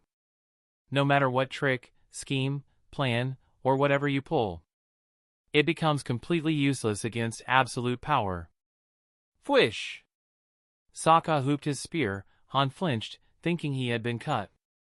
But no, as the wind around him picked up, changing the course of the dark snow around Soka, so not even one of them touched his body. Han fell on his behind, his eyes widened in shock as he had never seen anything like this. No matter how hard he trained, the distance between him and Soka was already something that couldn't be closed. The other warriors from the sidelines caught sight of this, but Soka didn't pay any attention to them, knowing that he had to move things along faster now. Azula's attack would be dangerous, not something like Zhao, who just had his ships charge and fight even during a full moon. He was what people would call a very incompetent leader. It confused even Soka just how could such an incompetent man rise through the Fire Nation's ranks. Maybe he is just good at listening to orders? Even the high ranks needed someone incompetent. But who would listen to the Fire Lord's orders, with no questions asked, and carry them out no matter what? As he walked off, Soka had a determined look in his eyes. He didn't have the luxury to play around as a harmless and innocent young man anymore. From now on, he had to change, or more correctly, he had to start showing qualities that were needed in a war. A soft, naive, young man would be cannon fodder at best. Soka wouldn't allow that to happen to him. Katara was annoyed that she had learned to heal. While it was a useful ability to have, she needed more. Women here weren't allowed to fight. It annoyed her to no end, but she knew that fighting against it was useless. Normally, she would have asked Aang to teach her what Pakka does during the day. But Katara no longer was so naive, because she knew that Pakku was a prideful guy and might stop teaching Aang altogether if she did something like that. Instead, Katara is now waiting until they get out of here, and Aang learns what he needs to. Only after finishing all his training, she will learn waterbending from him. Even if Pakka learned about it then, it would no longer matter. There was nothing he could do about it. She angrily dragged her feet to go and meet up with Aang and her brother. Suddenly, an arm was wrung around her neck, almost in a chokehold. Katara was ready to skewer her attacker with ice spikes, but looked at his arm and knew who it belonged to. Soka, I am not in the mood for games right now. What? My cute little sister rejected her brother's attempts to cheer her up. Soka nudged her playfully. But that atmosphere didn't stay around for long as his face turned cold. I think we should fix this problem soon. Having my cute sister so worried makes me feel angry. Katara recognized the look on his face, as a chill crawled down her spine. So it wasn't a hallucination. Yesterday, who would have thought that my brother had a side like this? Dear sister, Soka addressed her. He wasn't trying to hide anything from her. Life sometimes is quite harsh. So you have to be a lion. I will get Pakka to teach you waterbending today. There is no need to rush dash. No, there is. You know what the dark snow means. The Fire Nation is close by. Soka clarified, reminding his sister that the Northern Water Tribe wasn't some safe sanctuary any longer. I don't think you understand how I feel about this, sister. If you die because of some stupid tradition that didn't allow you to learn waterbending, the Fire Nation won't be the only one I will blame. Katara looked uncomfortable at this. She squirmed, but Sokka's hold on her shoulders got stronger as he whispered in her ear. If you die, I will kill Pakku, and do everything in my power to slaughter everyone in the Northern Water Tribe for having such a tradition. Stop, Katara elbowed him harshly, though he didn't have any reaction, and kept looking his sister in the eye. Stop talking about such things. Katara POV. Don't tell such jokes, they aren't funny. It felt like my heart would burst out of my chest. I could immediately tell that he wasn't joking.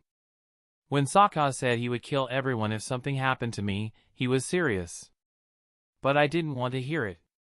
I don't want to see this version of you, Sokka.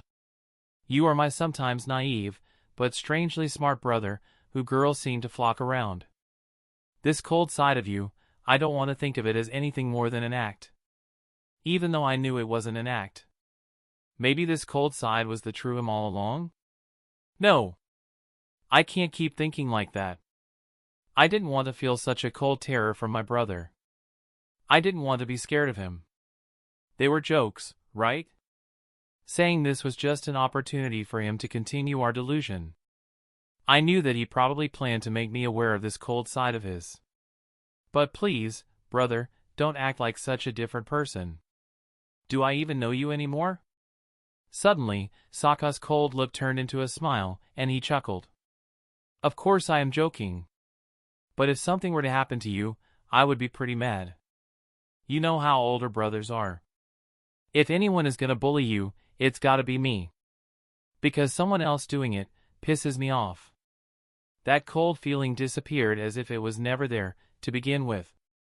But this time, I knew for sure that Soka seemed to have a darker side to him, something that he had kept hidden for years. By the way, you sound like you have some grandiose plan to have me learn waterbending. Katara changed the subject. I do, Soka nodded, which going by his words would be reassuring. But the evil laugh and comically villainous chuckle that came after that wasn't reassuring at all. Sigh. What a troublesome brother, he just became 100 times more difficult to handle. The difficult part was telling which Soka was the real him and which was an act. Chapter 69, Generational Fight. Soka knew that sooner or later, this side of him would eventually be revealed to his sister. So it was better to show such a thing in a controlled environment, or else it would create needless trauma in their lives. Since this was a time of war, Soka understood that killing people would eventually become inevitable. He would rather have Katara get used to him now, than later. Having her brother suddenly start killing people without remorse would come as a shock. It might even create a sense of bewilderment. If he had this side of him, did she even know her brother? They were family, so Soka was sure she would accept him. But he still knew that there was a possibility Katara could have acted differently or distanced herself. Did you tell anyone here what the dark snow means? He inquired curiously because if no one knew, he wasn't planning to tell them. Yes, Katara nodded. I told my teacher, and she probably spread the news, even Chieftain probably knows by now. Soka wanted the Fire Nation attack to come as more of a surprise since it would create panic amongst everyone. But this plan was a faulty one, to begin with, so it would have been better if Katara hadn't said anything. He knew that he had to play with people's feelings a little.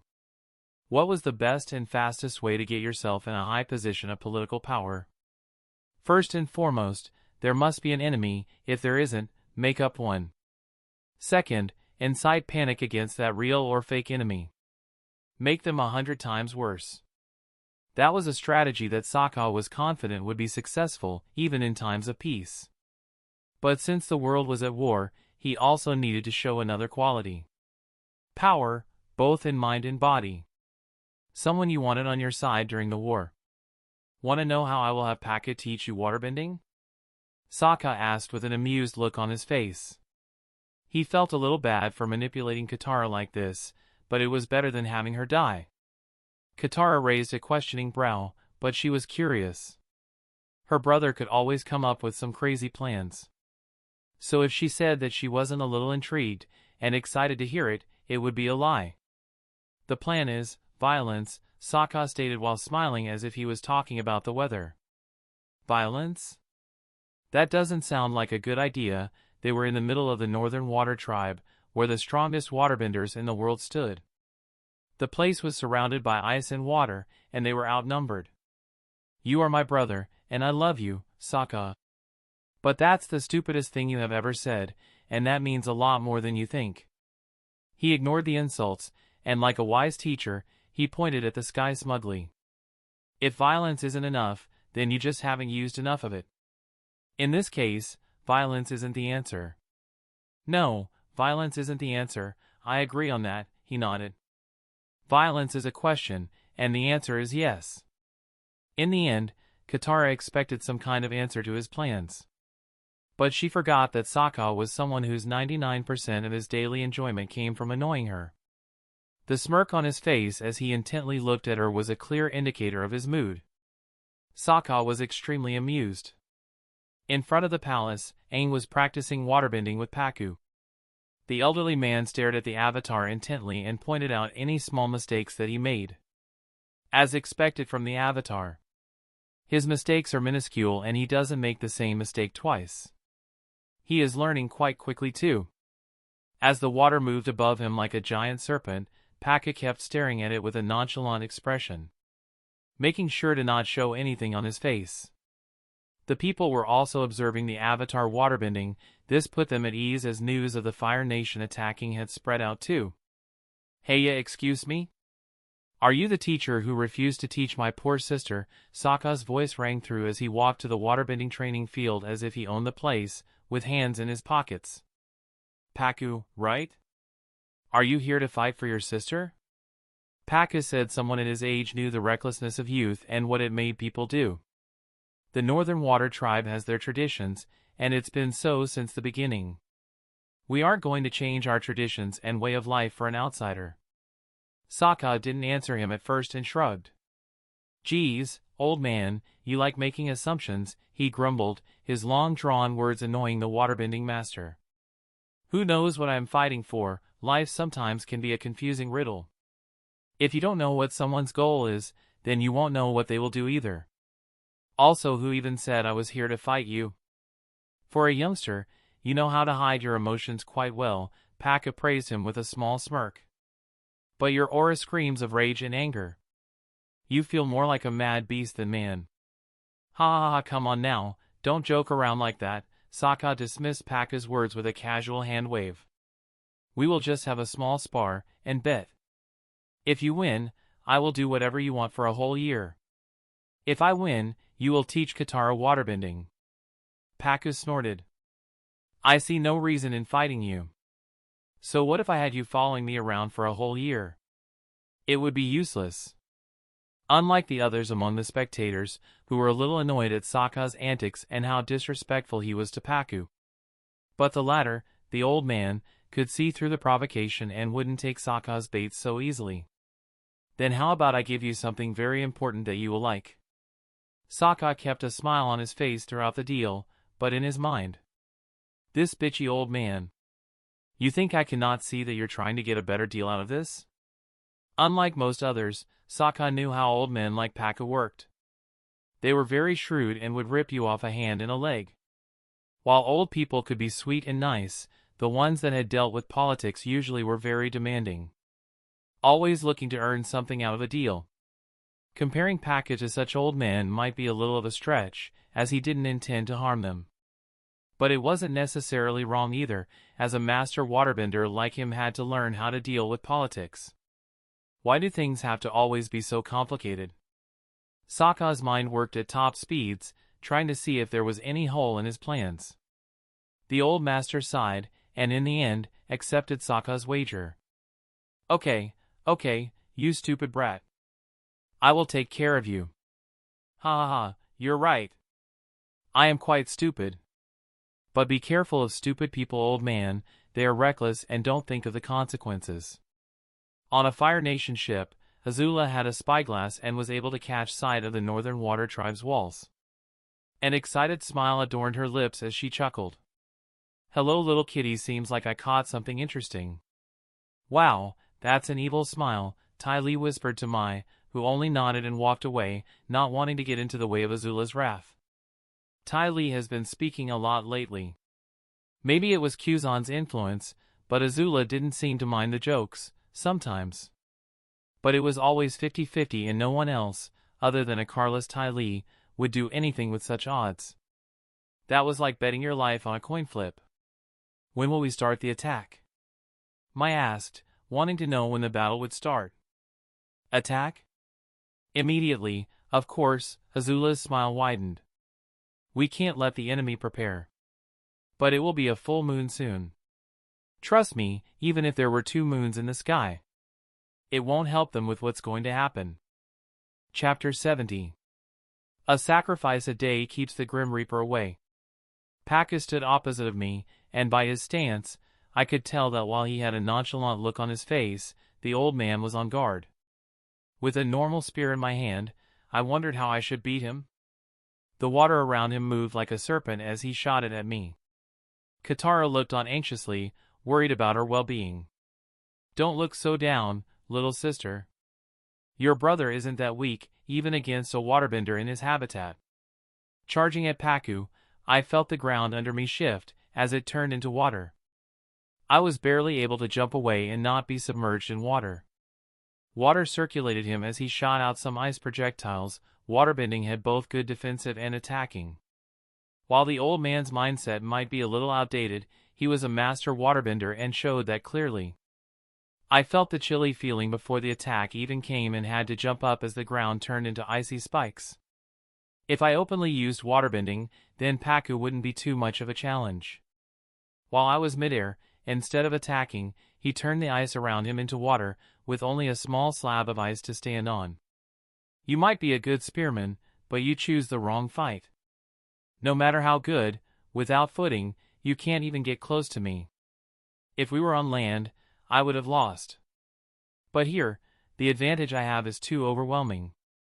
You really like the sound of your voice, old man. Hearing my chuckles, his eyes narrowed in anger. As I was about to land on the ground, spears of ice came mercilessly. There were over a dozen of them. You know, he might be trying to kill me, or at least hurt me very badly. That wasn't smart of him, because if he is willing to hurt me, then I will return the favor too. Clang! Clang! Clang! Using my spear, I broke all the ice but was pushed back by the attacks. Feeling the ground below me get softer again, as if to turn into water, I jumped to the side and immediately charged at him, halting at the end of the pond and using every ounce of my agility and strength to leap at him. He tried to attack. I did backflip midair and changed my position slightly. Just enough to dodge each ice attack. Paku's eyes widened as he saw me get close to him. He tried to move his hands, but it was too late, as using the blunt side of my spear I hit his throat and left him gasping. With the momentum of my leap, I tackled him and we were both thrown outside of the water pond, getting up immediately after I pointed my spear at the old man. There, when you were hit with the blunt part of my spear, I could have used the sharp side. Also, even in the beginning, you underestimated me. So if I threw my spear then, you would have been dead. While he had been on guard from the beginning, Paku had grossly underestimated me. I couldn't put all the blame on him, as by now my movements were bordering on the supernatural. I was stronger than my size suggested, and I was also faster than my strength might suggest. My body has become something unnatural. Standing up, I looked every spectator in the eye and spread my arms in a welcoming manner. Anyone who wants to fight me, or disagrees with my opinion, come forward, this is your chance. Show me that your traditions are worth following, or maybe they are just something holding you back. Outdated traditions have no place anywhere. You are losing valuable waterbenders just because you are stubborn. To me right now you are a foolish tribe, as only fools would do something like this. Some of the people in the crowd frowned, and most of them were annoyed. The angry ones, clenching their weapons, and some waterbenders stepped forward. You're a tribe that is intentionally weakening themselves during a war. Do you want me to close my eyes and bow down, saying that you are strong when you aren't? Traditions that created a sense of belonging to the tribe were good. But ones like not allowing female waterbenders to learn how to fight were downright stupid. So useless traditions like that need to get lost in the annals of time. Well, while I used the tradition as a way to invite their anger, I didn't care about it much. If the women wanted changes, they could revolt themselves. Becoming the world's white knight police wasn't on my agenda. A person would have to be conceited as hell, or just stupid, to think that their opinions on things were always right.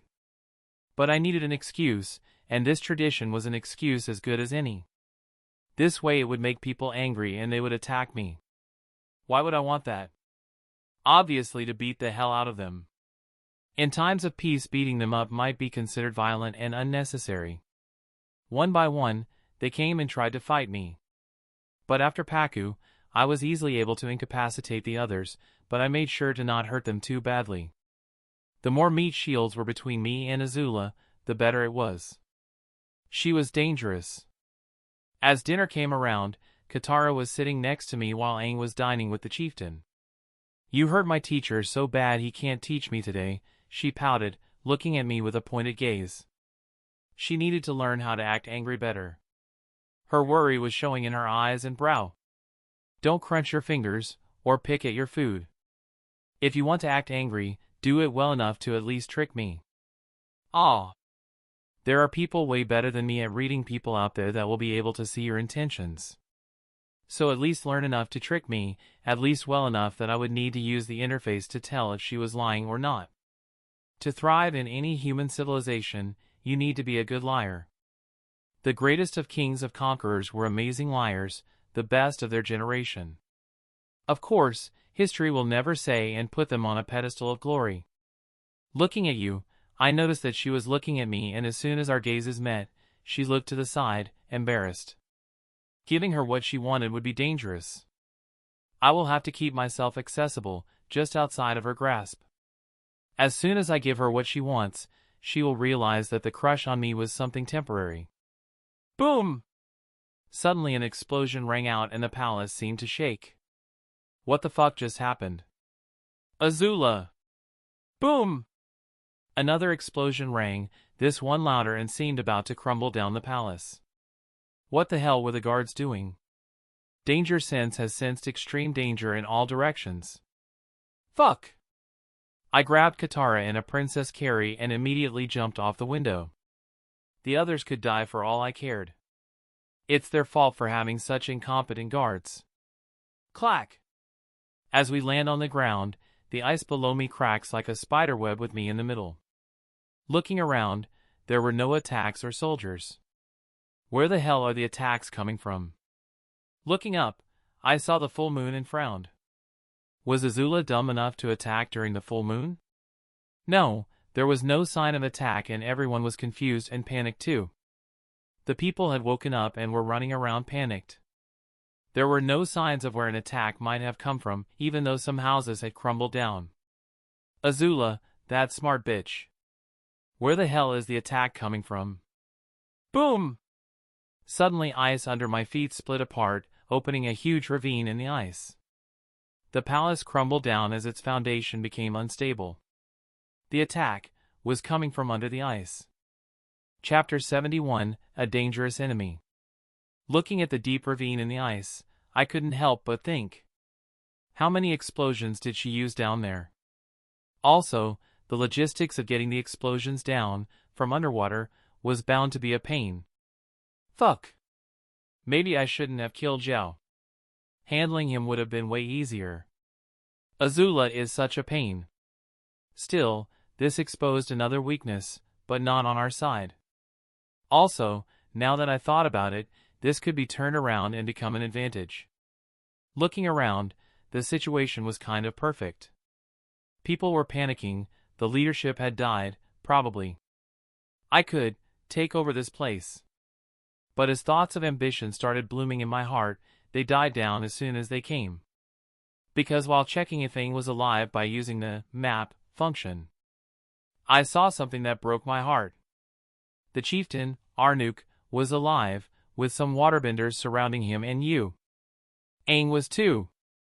But a ton of important officials were taken out with one hit. This attack was planned by Azula carefully, and she even calculated the distance and where her people should put the explosives. What an ingenious plan. She probably predicted that as soon as her ships became visible to the people here, the generals would gather toward the big tower that said, "Hey, important people live here." It was like a huge target for her, and while she wasn't able to take out many people, her objective was to kill off the generals and as many high-ranking people as possible. All along, it wasn't her goal to kill the leader but to cripple military command. I think I might have underestimated her intelligence. Even though I already assumed so much of her. No, it wasn't underestimating, she simply grew smarter and wiser with me around her for support. She no longer saw the world that her father painted, no, she would draw what she wanted herself. Now even Ozai was in danger, I wouldn't be surprised if Azula ended up killing her father and taking his place. Ah, dear Azula, you're growing so well. Due to precisely figuring out a budding great general's plan in such a short time, intelligence increased by 1. For predicting about Azula's goal to target the higher-ranking leaders, your wisdom increases by 1. Your manipulation of a young girl's mind was nothing short of phenomenal, intelligence increased by 1. Oi, you're making me seem like some kind of bad guy here who is manipulating Azula to get what I want, which wasn't necessarily untrue. But come on, don't word it so harshly, you shitty interface. It's all for the greater good. Damn, I was starting to sound like Dumbledore. Maybe I am a little scheming. Of course, the interface didn't answer to me calling in bad names. It didn't have AI intelligence after all. I was tempted to kill off the chieftain. That way it would make taking over this place very easy. But doing that would bring a whole array of other problems. Katara would see me kill him, no matter how I tried to disguise it, she would figure it out. Also, Aang was here, and some spirits were probably spying on me. After I killed the evil lady, nothing was stopping them from looking. Some annoying spirits were probably spying on me already. I couldn't wait till the time came for me to kill them. To go on a spirit-killing spree there were two things I needed. One was a teleportation ability that I could use indefinitely, and second, a way to sense them. Even map wasn't that much of a help when I wanted to find them. Some spirits could even hide from the map completely. Having those two skills, I could level grind, and within days I would be able to farm hundreds of levels. Putting Katara down, I stared at the deep ravine which I couldn't see the end of. My cute sister said something, but I was zoning her out as every thought in my mind was concerned with only one thing. What was Azula's next move? If I was in her place, what would I do? Fuck. If I was in her place, some twisted shit came to mind. But she didn't grow up with the internet to give her twisted ideas. Tonight was a full moon, so it was very unlikely she would attack. As a perfectionist, Azula wouldn't want to win a battle with heavy losses. The Fire Nation couldn't afford one either. Katara, be careful. After saying that, I jumped down the hole. Fwish! The cold feeling of ice around me permeated my skin as I took off my jacket. I needed to figure out if the Fire Nation had discovered any kind of submarine technology because that would ruin things big time if I didn't know about it. The closer I got towards the end, the darker it became around me, but my eyes were already adjusted to the darkness, and with using the map, I doubted anyone could have better visibility than me down here. With a swing of my hand, the ice around me turned into water and grabbed into my arms, and I turned the top of the water into scythe-like hooks and dug into the icy wall, slowing down my fall. As I got closer to the water below, I noticed that there were a couple of red dots down below me. Landing into the water, there was a motorboat and a couple of people standing on it with a barrel in their boats. Probably explosive jelly. "Did you hear something?" asked one of the Fire Nation soldiers as he looked around. "Probably some fish, but let's finish this job and get some money. We will be set for 3 generations if we do this good enough." While Princess Azula might be dangerous, as a member of the royal family, she had to hold her promises. "Hey there!" Suddenly a new voice came into the mix and they looked on in surprise, but before they could do anything, they were knocked out. Soka picked their bodies and gently put down the exploding jelly. Looking at the barrel, he wondered if he should let it explode. This way it might shake things and kill even Chief Arnook. In the end, he decided against it and just put the exploding jelly in his inventory. Using waterbending, he raised the unconscious men and himself quite high, but after that, he used ropes to tie them up to him and started climbing by using 2 knives. "This is some good strength training," he muttered, a little excited as he could feel his muscles twitch in pain. At the top of the ravine, Katara waited anxiously for her brother to come up, but not much later she got a grasp on the situation and endured waterbending to lift away some of the debris from the ruined castle. Soon, many waterbenders calmed down and came to help her. None of them said anything about a female using waterbending. Even if they wanted to, Soka had beaten the best waterbenders here to a pulp. None of them wanted to test their fate and see what he would do when he became angry. Fwish! Suddenly from the ravine, a long shadow jumped out, and the warriors looked at him cautiously, with spears in their hands and pointing them at him.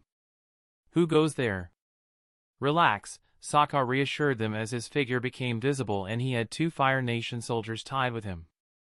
"I got the perpetrators, wanted to kill them, but decided to keep them alive so we can learn more about the enemy."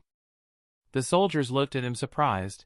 They couldn't even see the end of the ravine, and yet he went deep there and climbed up with nothing but physical strength and some knives. Also, he had already taken care of the danger. while the rest of their leaders were like trapped chickens. Also execute the people who came here impersonating the Avatar, Soka said. No, he ordered them, and even though he didn't have any authority over them, everyone straightened their backs. Those bastards were only playing at being the Avatar in case they were captured. In reality, they were looking for secret entrances.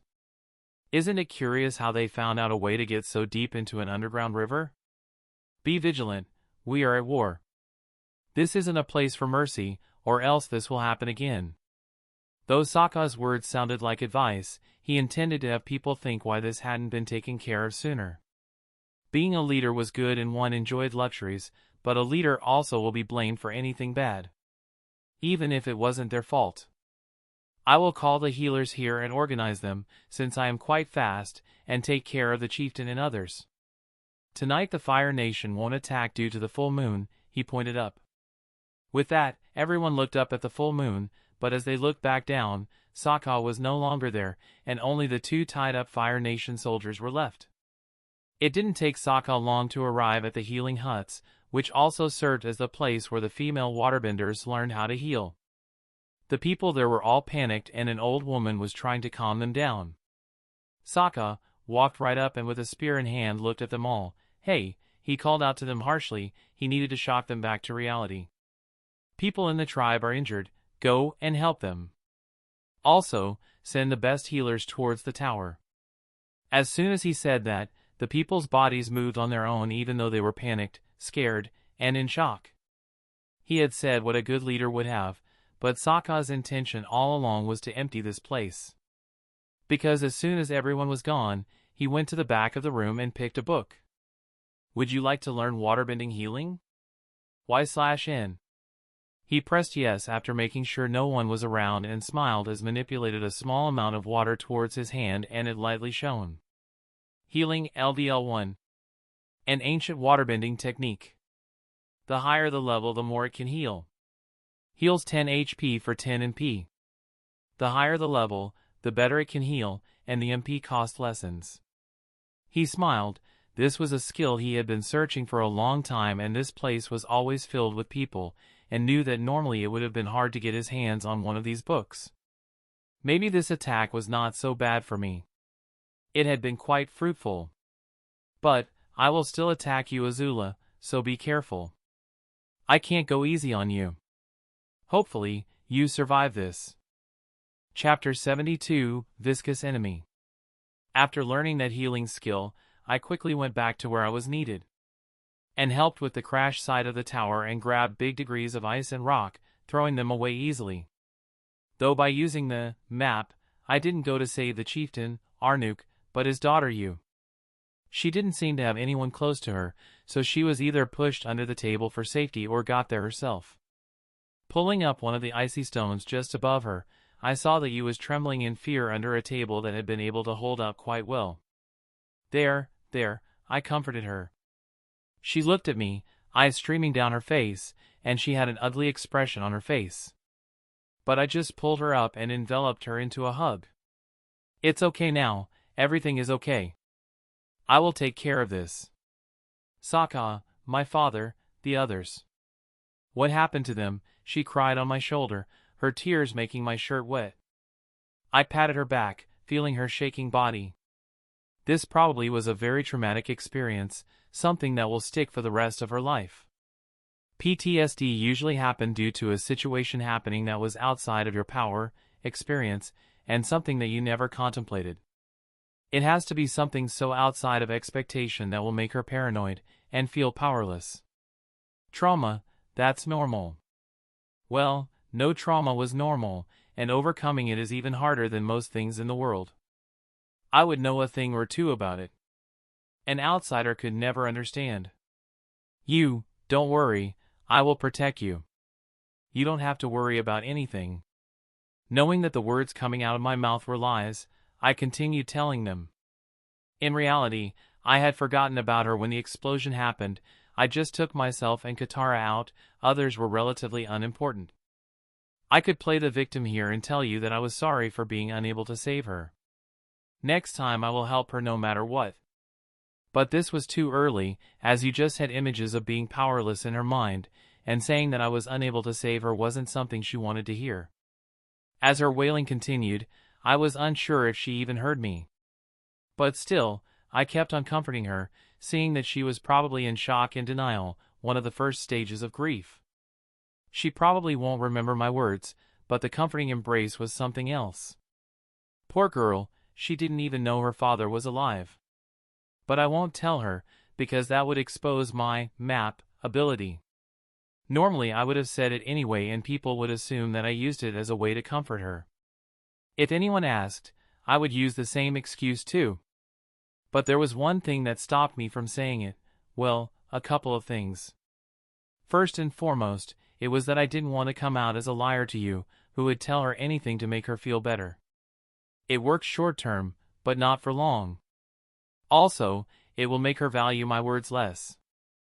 Then there was the main reason: spirits. Those bastards were observing and I don't know if they can tell when I am lying or not.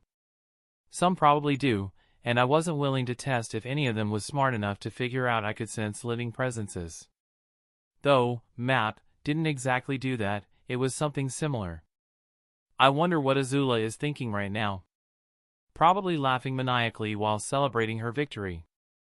At the same time, on Azula's ship, she was still observing the situation from afar and had a frown on her face as she saw the giant tower-like palace that had been Ionic to the Northern Water Tribe fall. Damn it, she cursed, annoyed at the outcome. Ma was by her side and didn't ask her anything even though Ty Lee was less reserved. You seem angry? Didn't everything play out as you wanted? Having a friend like her is useful. She always seems to ask the questions I am unwilling to ask. Thought Mai, with almost a smirk making its way onto her face. No, Azula hissed, blue fire coming from the corners of her mouth. There was supposed to be another explosion, but it didn't happen. They have someone amazing on their side that took care of the problem fast while others were panicking.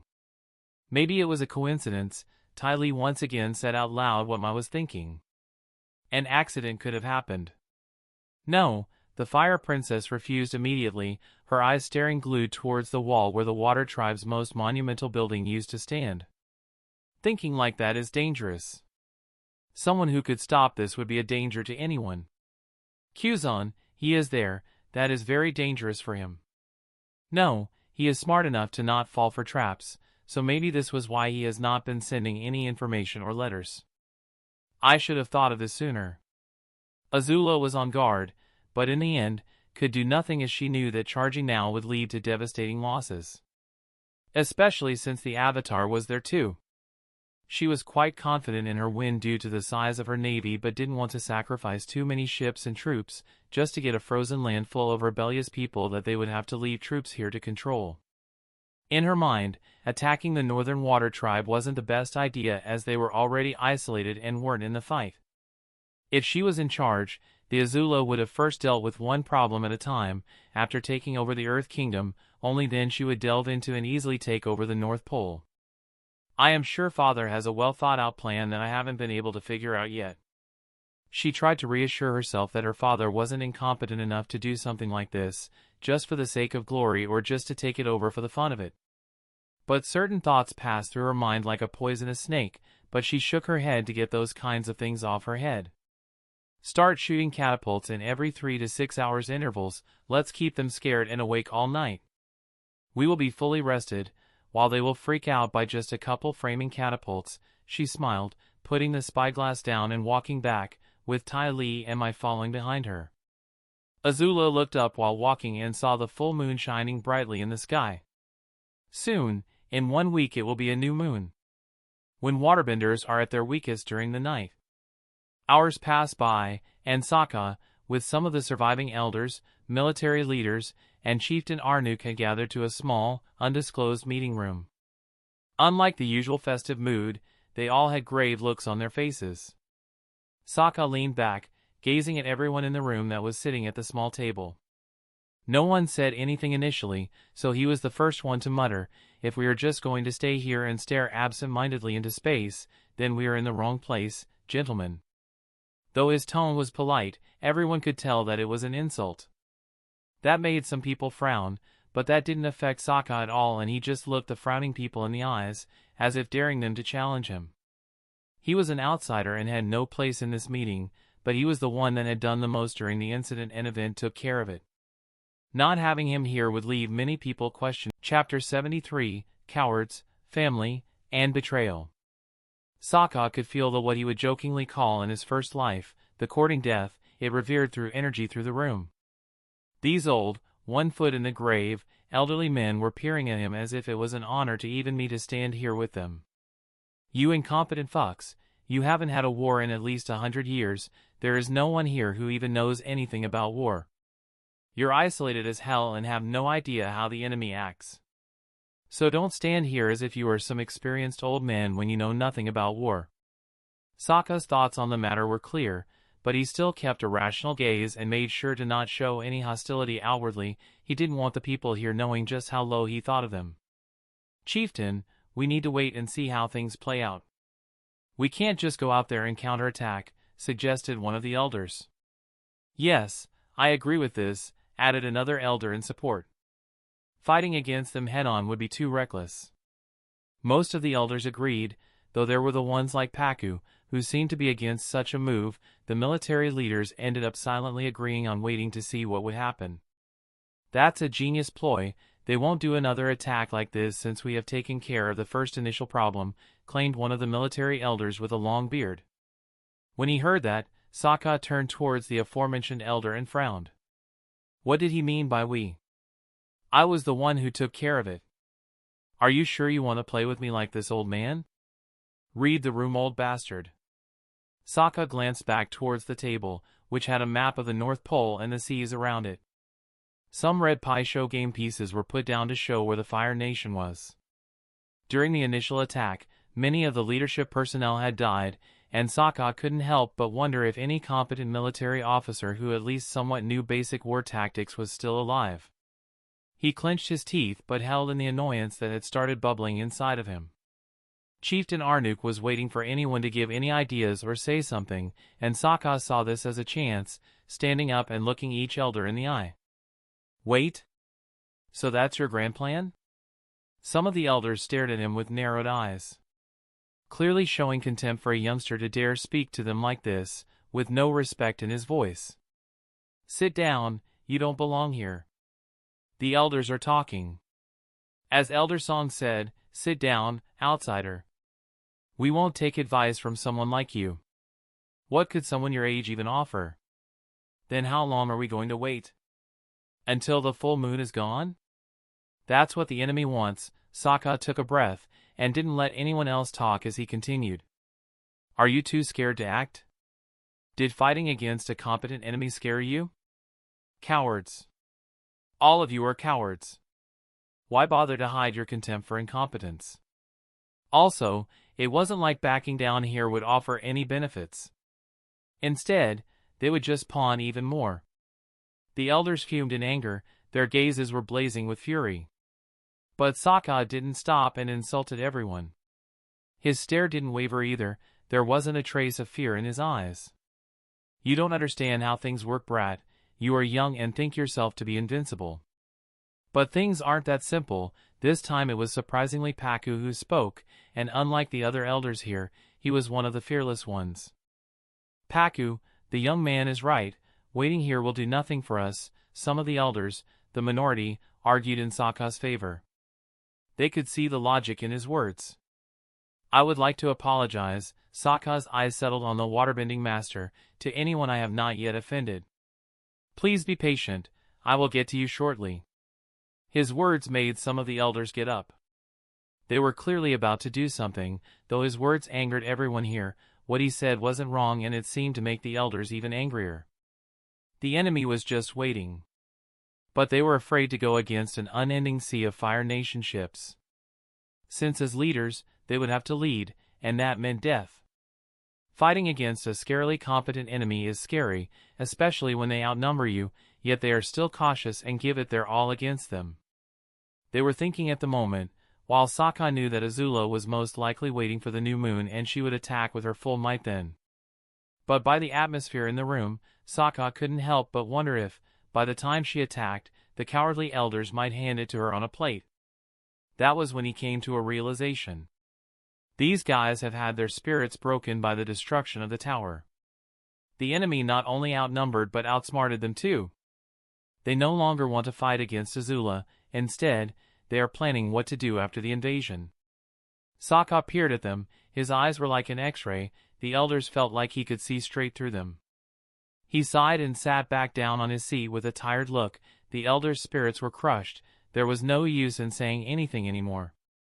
The initial attack on the main tower had had more adverse effects than he thought.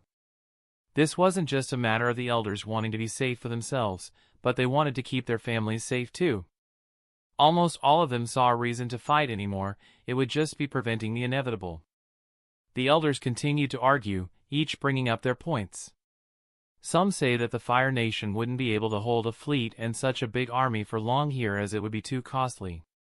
Normally that would have been a good reason, as even generals are human and can make miscalculations. Soka knew that, as it had been done in his previous world countless times too. But this was Azula, not some incompetent commander. She knew what she was doing, and came here early for a reason. To put the fear of God in these people and have them surrender by themselves. Soka didn't say anything about it, and continued listening for the rest of the meeting, not even uttering a word to anyone. But his stare seemed to unnerve a lot of people. He seemed angrier than anyone in here. My suggestion is that we attack them, a sneak attack during the full moon, with darkness as our cloak of invisibility. The attack doesn't have to be big, just enough to startle the enemy at least. The elders seemed to think, and they agreed. Though they didn't like Soka, and most of them made it pretty clear during the meeting, the old men could see this sneak attack as a way to regain honor. Sokka's influence was quite high, and if they didn't take any action during, the people who had seen his actions while the other ruling body was trapped under the tower. He was a hero, the dangerous kind of hero with a lot of influence, who wouldn't listen to what the higher-ups told him to do. I volunteer to be the one to go and lead the attack. Sokka raised his hand. He seemed to have calmed down, but everyone in the room assumed that he was still angry. This sneak attack mission was an easy one, as an attack could mean a lot of things. Not necessarily the dangerous kind of attack. Sokka's offer to volunteer himself had opened a dam, and one by one, all of the elders raised their hands, offering themselves too, most planning to just make a small detour and come back. We agree too, though the plan will have to be changed. We can't leave such a thing to a young and inexperienced man like him. Yes, sometimes the bravery of youth can get in the way. Though their words sounded like compliments, they were backhanded insults, calling him a reckless brat. Sokka only closed his eyes for a second, and opened them. They were emotionless, showing nothing of what he might be thinking. Everyone focused on the chieftain, waiting for his decision, as he was the one who had the final call. Arnuk had a contemplative look on his face as he glanced at the old faces on the table. He had known these men for so long and even grew up with some of them. But still, it made him wonder what would happen if he went against their wishes. Would they revolt?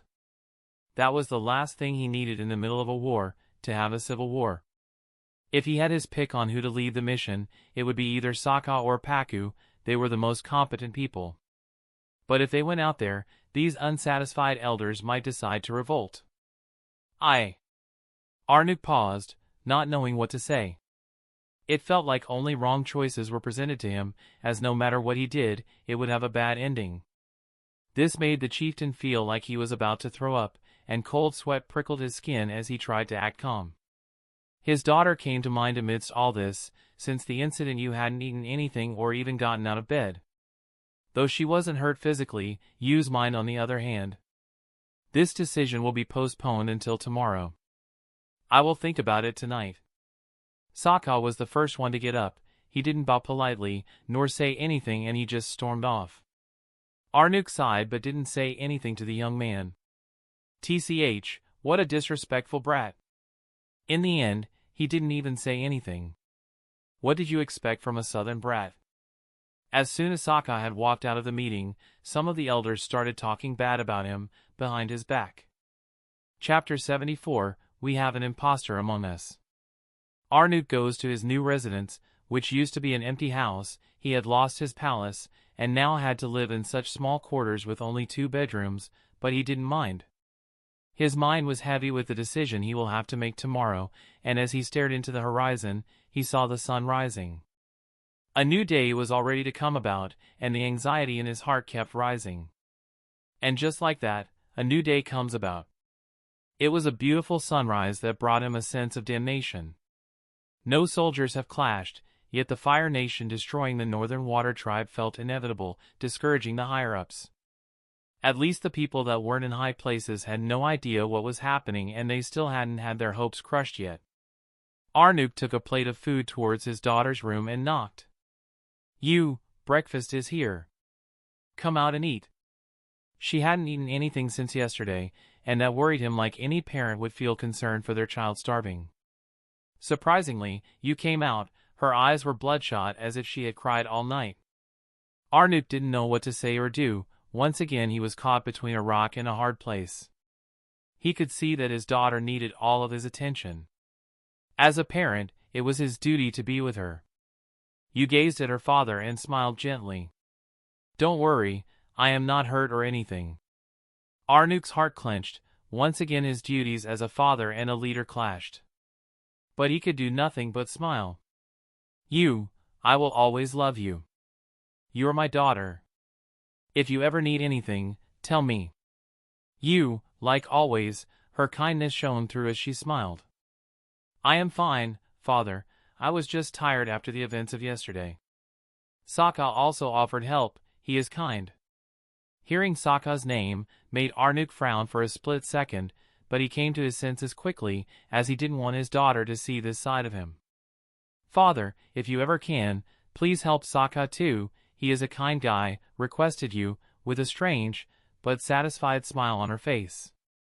Arnook sighed. Once again, his conflicting feelings just continued getting more complicated. "What do I do? This situation. I have no experience in dealing with it."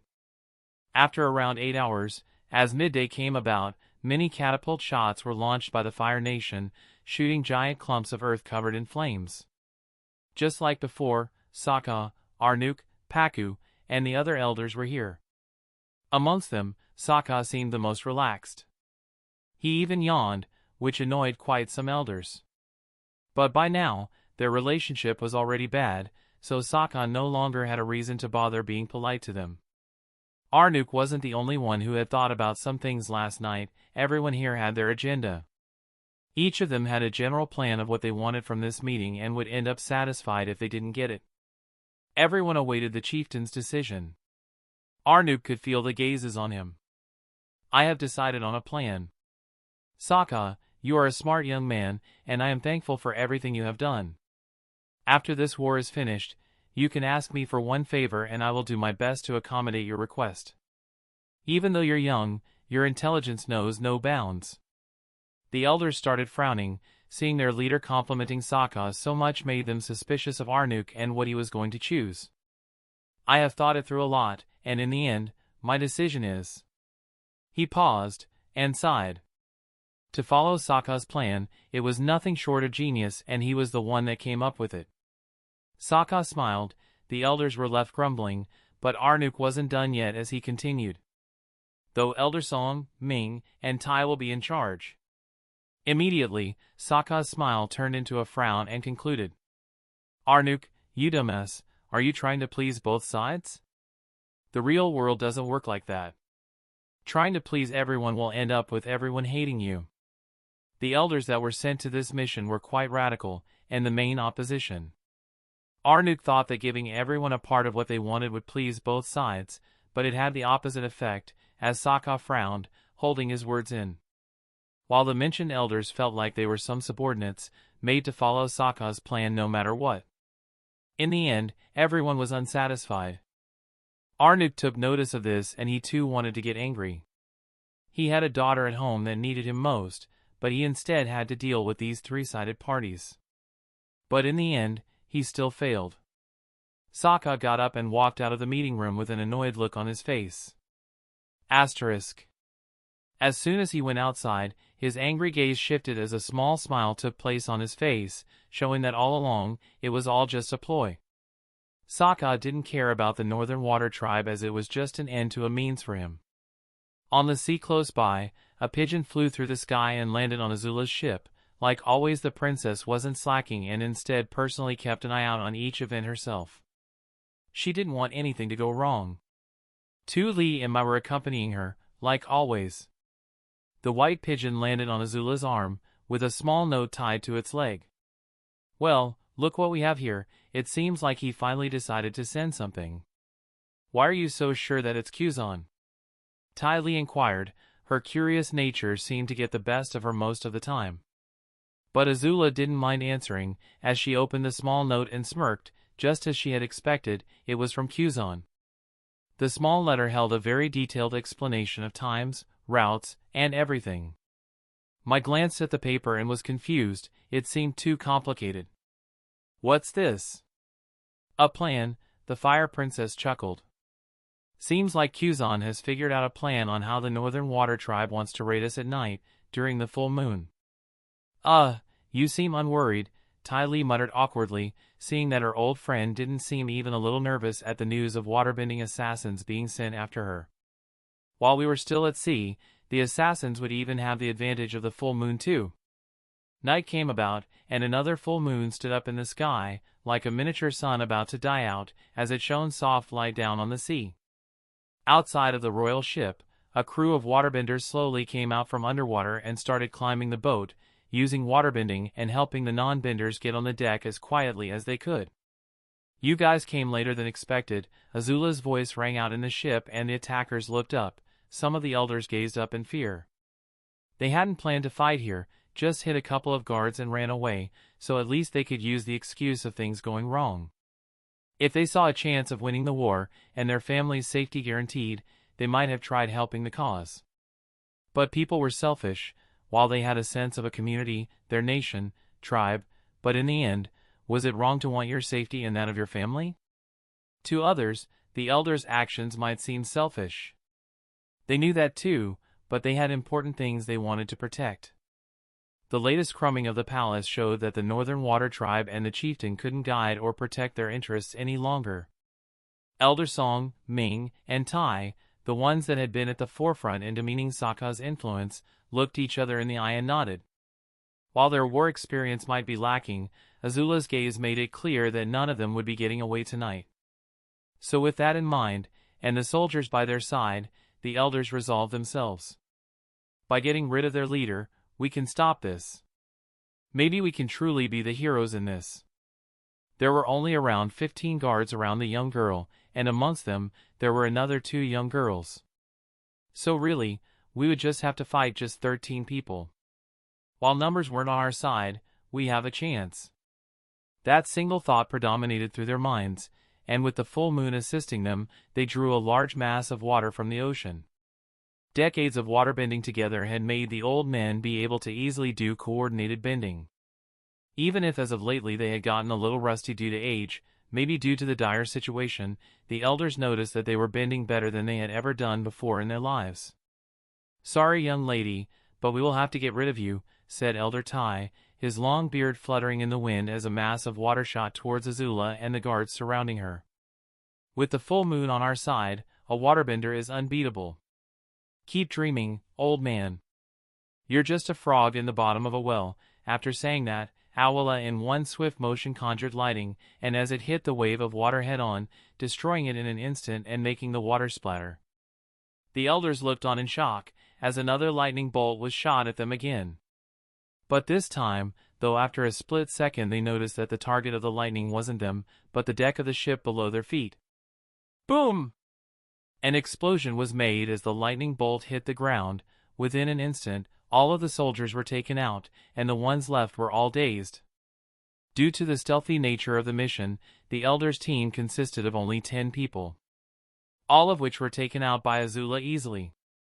Even though her enemies were down and dazed, Azula didn't stop there as lightning crackled in his fingers again, and a malicious smile adorned her face. Die! By the end of the whole ordeal, only corpses were left of the attackers. Mai sneered, as the smell of burned flesh permeated in the air, and this had been a reminder of something she had forgotten. Azula is crazy. Due to Kuzan's presence, it has slipped my mind, but undoubtedly, she is deranged, crazy, and ruthless. Azula will always be Azula. I have to keep that in mind, or next, I might be the target of that deadly lighting. The fear that my thought had been forgotten slowly crept into her heart again. Still, outwardly she acted as emotionless as always. Shouldn't we have at least kept one of them alive? Azula's gaze turned toward mine and her yellow eyes shone in the dark like those of a viper. So I quickly added, "To extract information." "No," Azula muttered, the terrifying smile on her face widening. "We have Kuzan. They would have been dangerous since they could have escaped." She trusted him. After all, if this plan had taken her off guard, it would have turned out quite dangerous. Soka POV. I stood atop the icy walls of the tribe and looked at Azula's ship, and I couldn't make out what had exactly happened due to the long distance. But by using the map function, all of the men that were sent disappeared from it.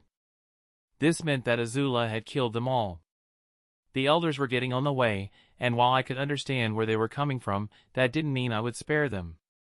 If the nation I was living in couldn't protect me and my family, what was the use of following them? That was what probably went through their minds, and I would have done the same. But more delicately.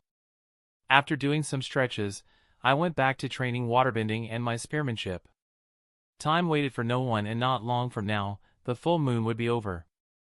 By then, I have to find a solution to this mess. How should I go about this? If Azula had been incompetent and needlessly prideful like the elders, she would have made my job easier. Chapter 75, He Likes Pets? Even after having indirectly killed 10 people, Soka acted causal and just trained, with that he was able to increase his strength by 2. He did mostly strength training by wrestling with some domesticated polar bear dogs. Most of the animals in this world were very weird. He didn't say anything or act unusually.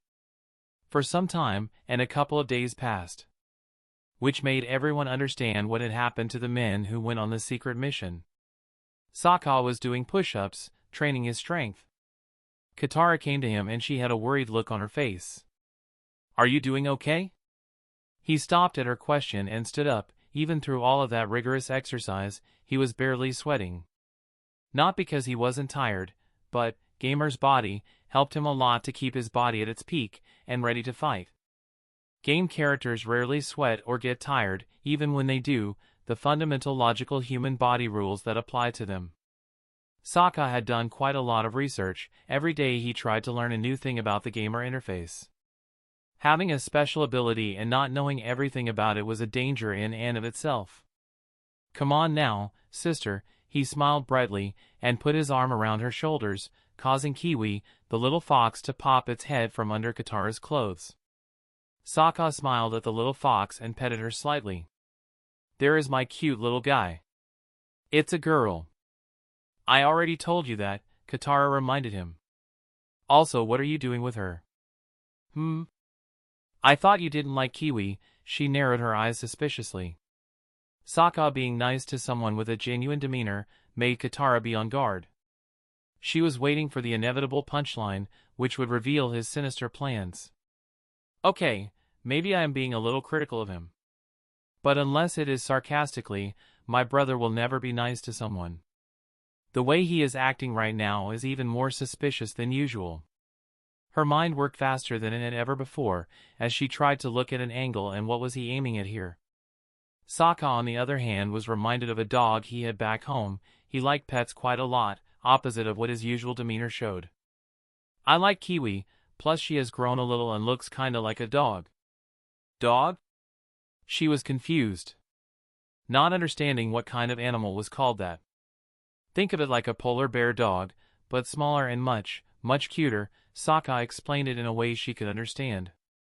Most of this world's animals were some kind of hybrid and some that weren't. "I like dogs." "I don't think you have ever seen a real dog in your life. And you haven't seen a mountain of gold, but that doesn't mean you wouldn't like having it." He debuted her while thinking that he should get a pet after this war is over. Maybe a cat? He had seen a couple of normal cats in the Earth Kingdom. Anyway, the southern water tribe will be quite nice when we go back. I have this amazing plan. Katara stared at him, trying to figure out what her brother was thinking or why he was telling her this. But once again, she was unable to see any logical way about what he was up to. Do you want to see some new waterbending moves that I learned from Paku? Oh wow, that sounds amazing, can't wait for that, he declared sarcastically. Though Sokka didn't have anything better to do right now and was waiting for a certain someone to come and find him. Though Katara heard the sarcasm, she smiled smugly and started showing off her waterbending moves, and her brother looked on with a contemplative look. Katara POV. Damn it! He wasn't getting annoyed at all. Finally, after learning to keep calm after his provocative words that usually annoyed me to no end, I thought I could get the upper hand and annoy him back.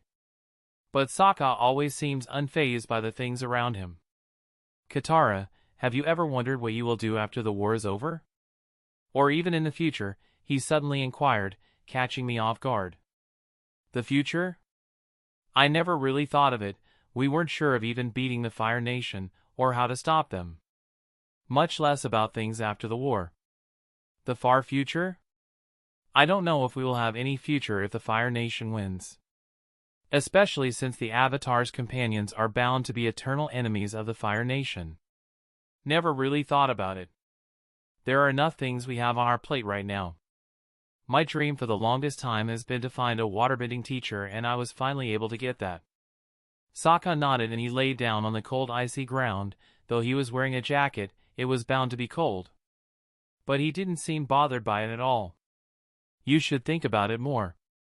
You have one life, so don't waste it and let others control your life. Even those who love you can unconsciously waste your time, so be careful. They will love you, but they won't care about your time. He had something in his mind that was bothering him, but I knew that he wouldn't tell me. Sokka seems to be keeping some secrets as of late, and wasn't ashamed to show it to me that he was hiding something. Still, I was a little nervous about how this war would end up, because while the people seemed to address Sokka as a hero for saving them, war was dangerous, not something you could play at. Even though I had started seeing the crack in the system, the Northern Water Tribe had no chance of winning this war. Unless Aang entered the Avatar state or something like that, but even then it would be dangerous.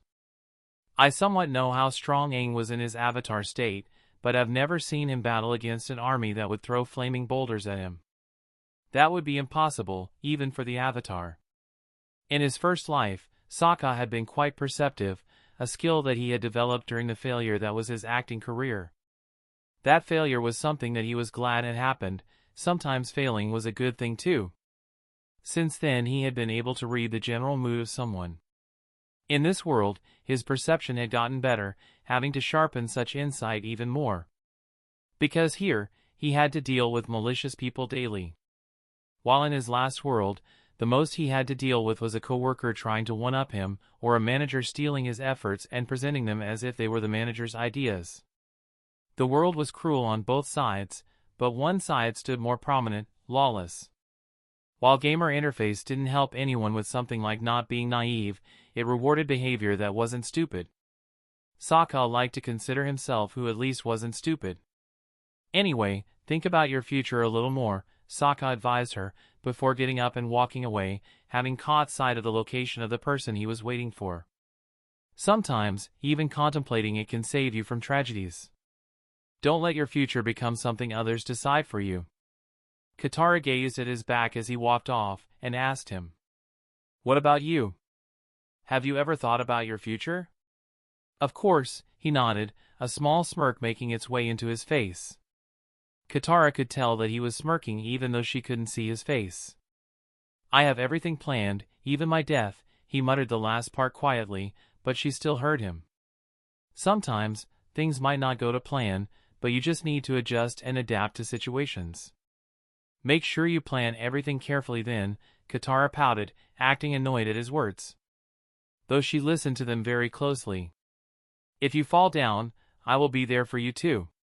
"You, that's cringe." Sokka turned around and looked at her as if he had swallowed a lemon. He seemed to have been hurt inside due to her words. "I got second-hand embarrassment just listening to them. I learned to speak this way from you." "Bastard." She chased him off. Katara was annoyed, this time for real. But Sokka was fast and it seemed like he had multiple legs, like a squid as he ran off. In the end, she was left breathing heavily, with her brother nowhere in sight.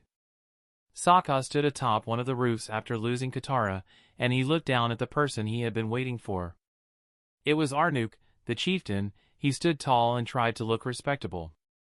But Sokka could see through him like an X-ray. He noticed that Arnuk had lost some weight, appetite changes maybe? Since he seemed thin, energetic, and judging by his half-closed eyes and yawn, it seemed like he had slept less too. Or maybe he hadn't slept at all. Appetite and weight changes. Changes in sleep habits.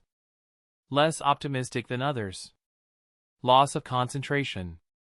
Disinterested in his hobbies. Those were the signs that someone was depressed. Sokka couldn't prove the last point. He was still quite confident in his assessment as Arnuk fit most of the descriptions. Sokka knew just how vulnerable one could be in this position. Normal people could be depressed, but a leader never must, or else he will be taken advantage of. Right now, Sokka wasn't feeling too kind as the more dangerous the situation became, the more ruthless he would become. Now wasn't the time to be nice. So with that in mind, he jumped down and approached the chieftain, with nefarious thoughts in his mind. That's the end of this tale for now. Thank you for watching and I'll see you in part 4. Peace.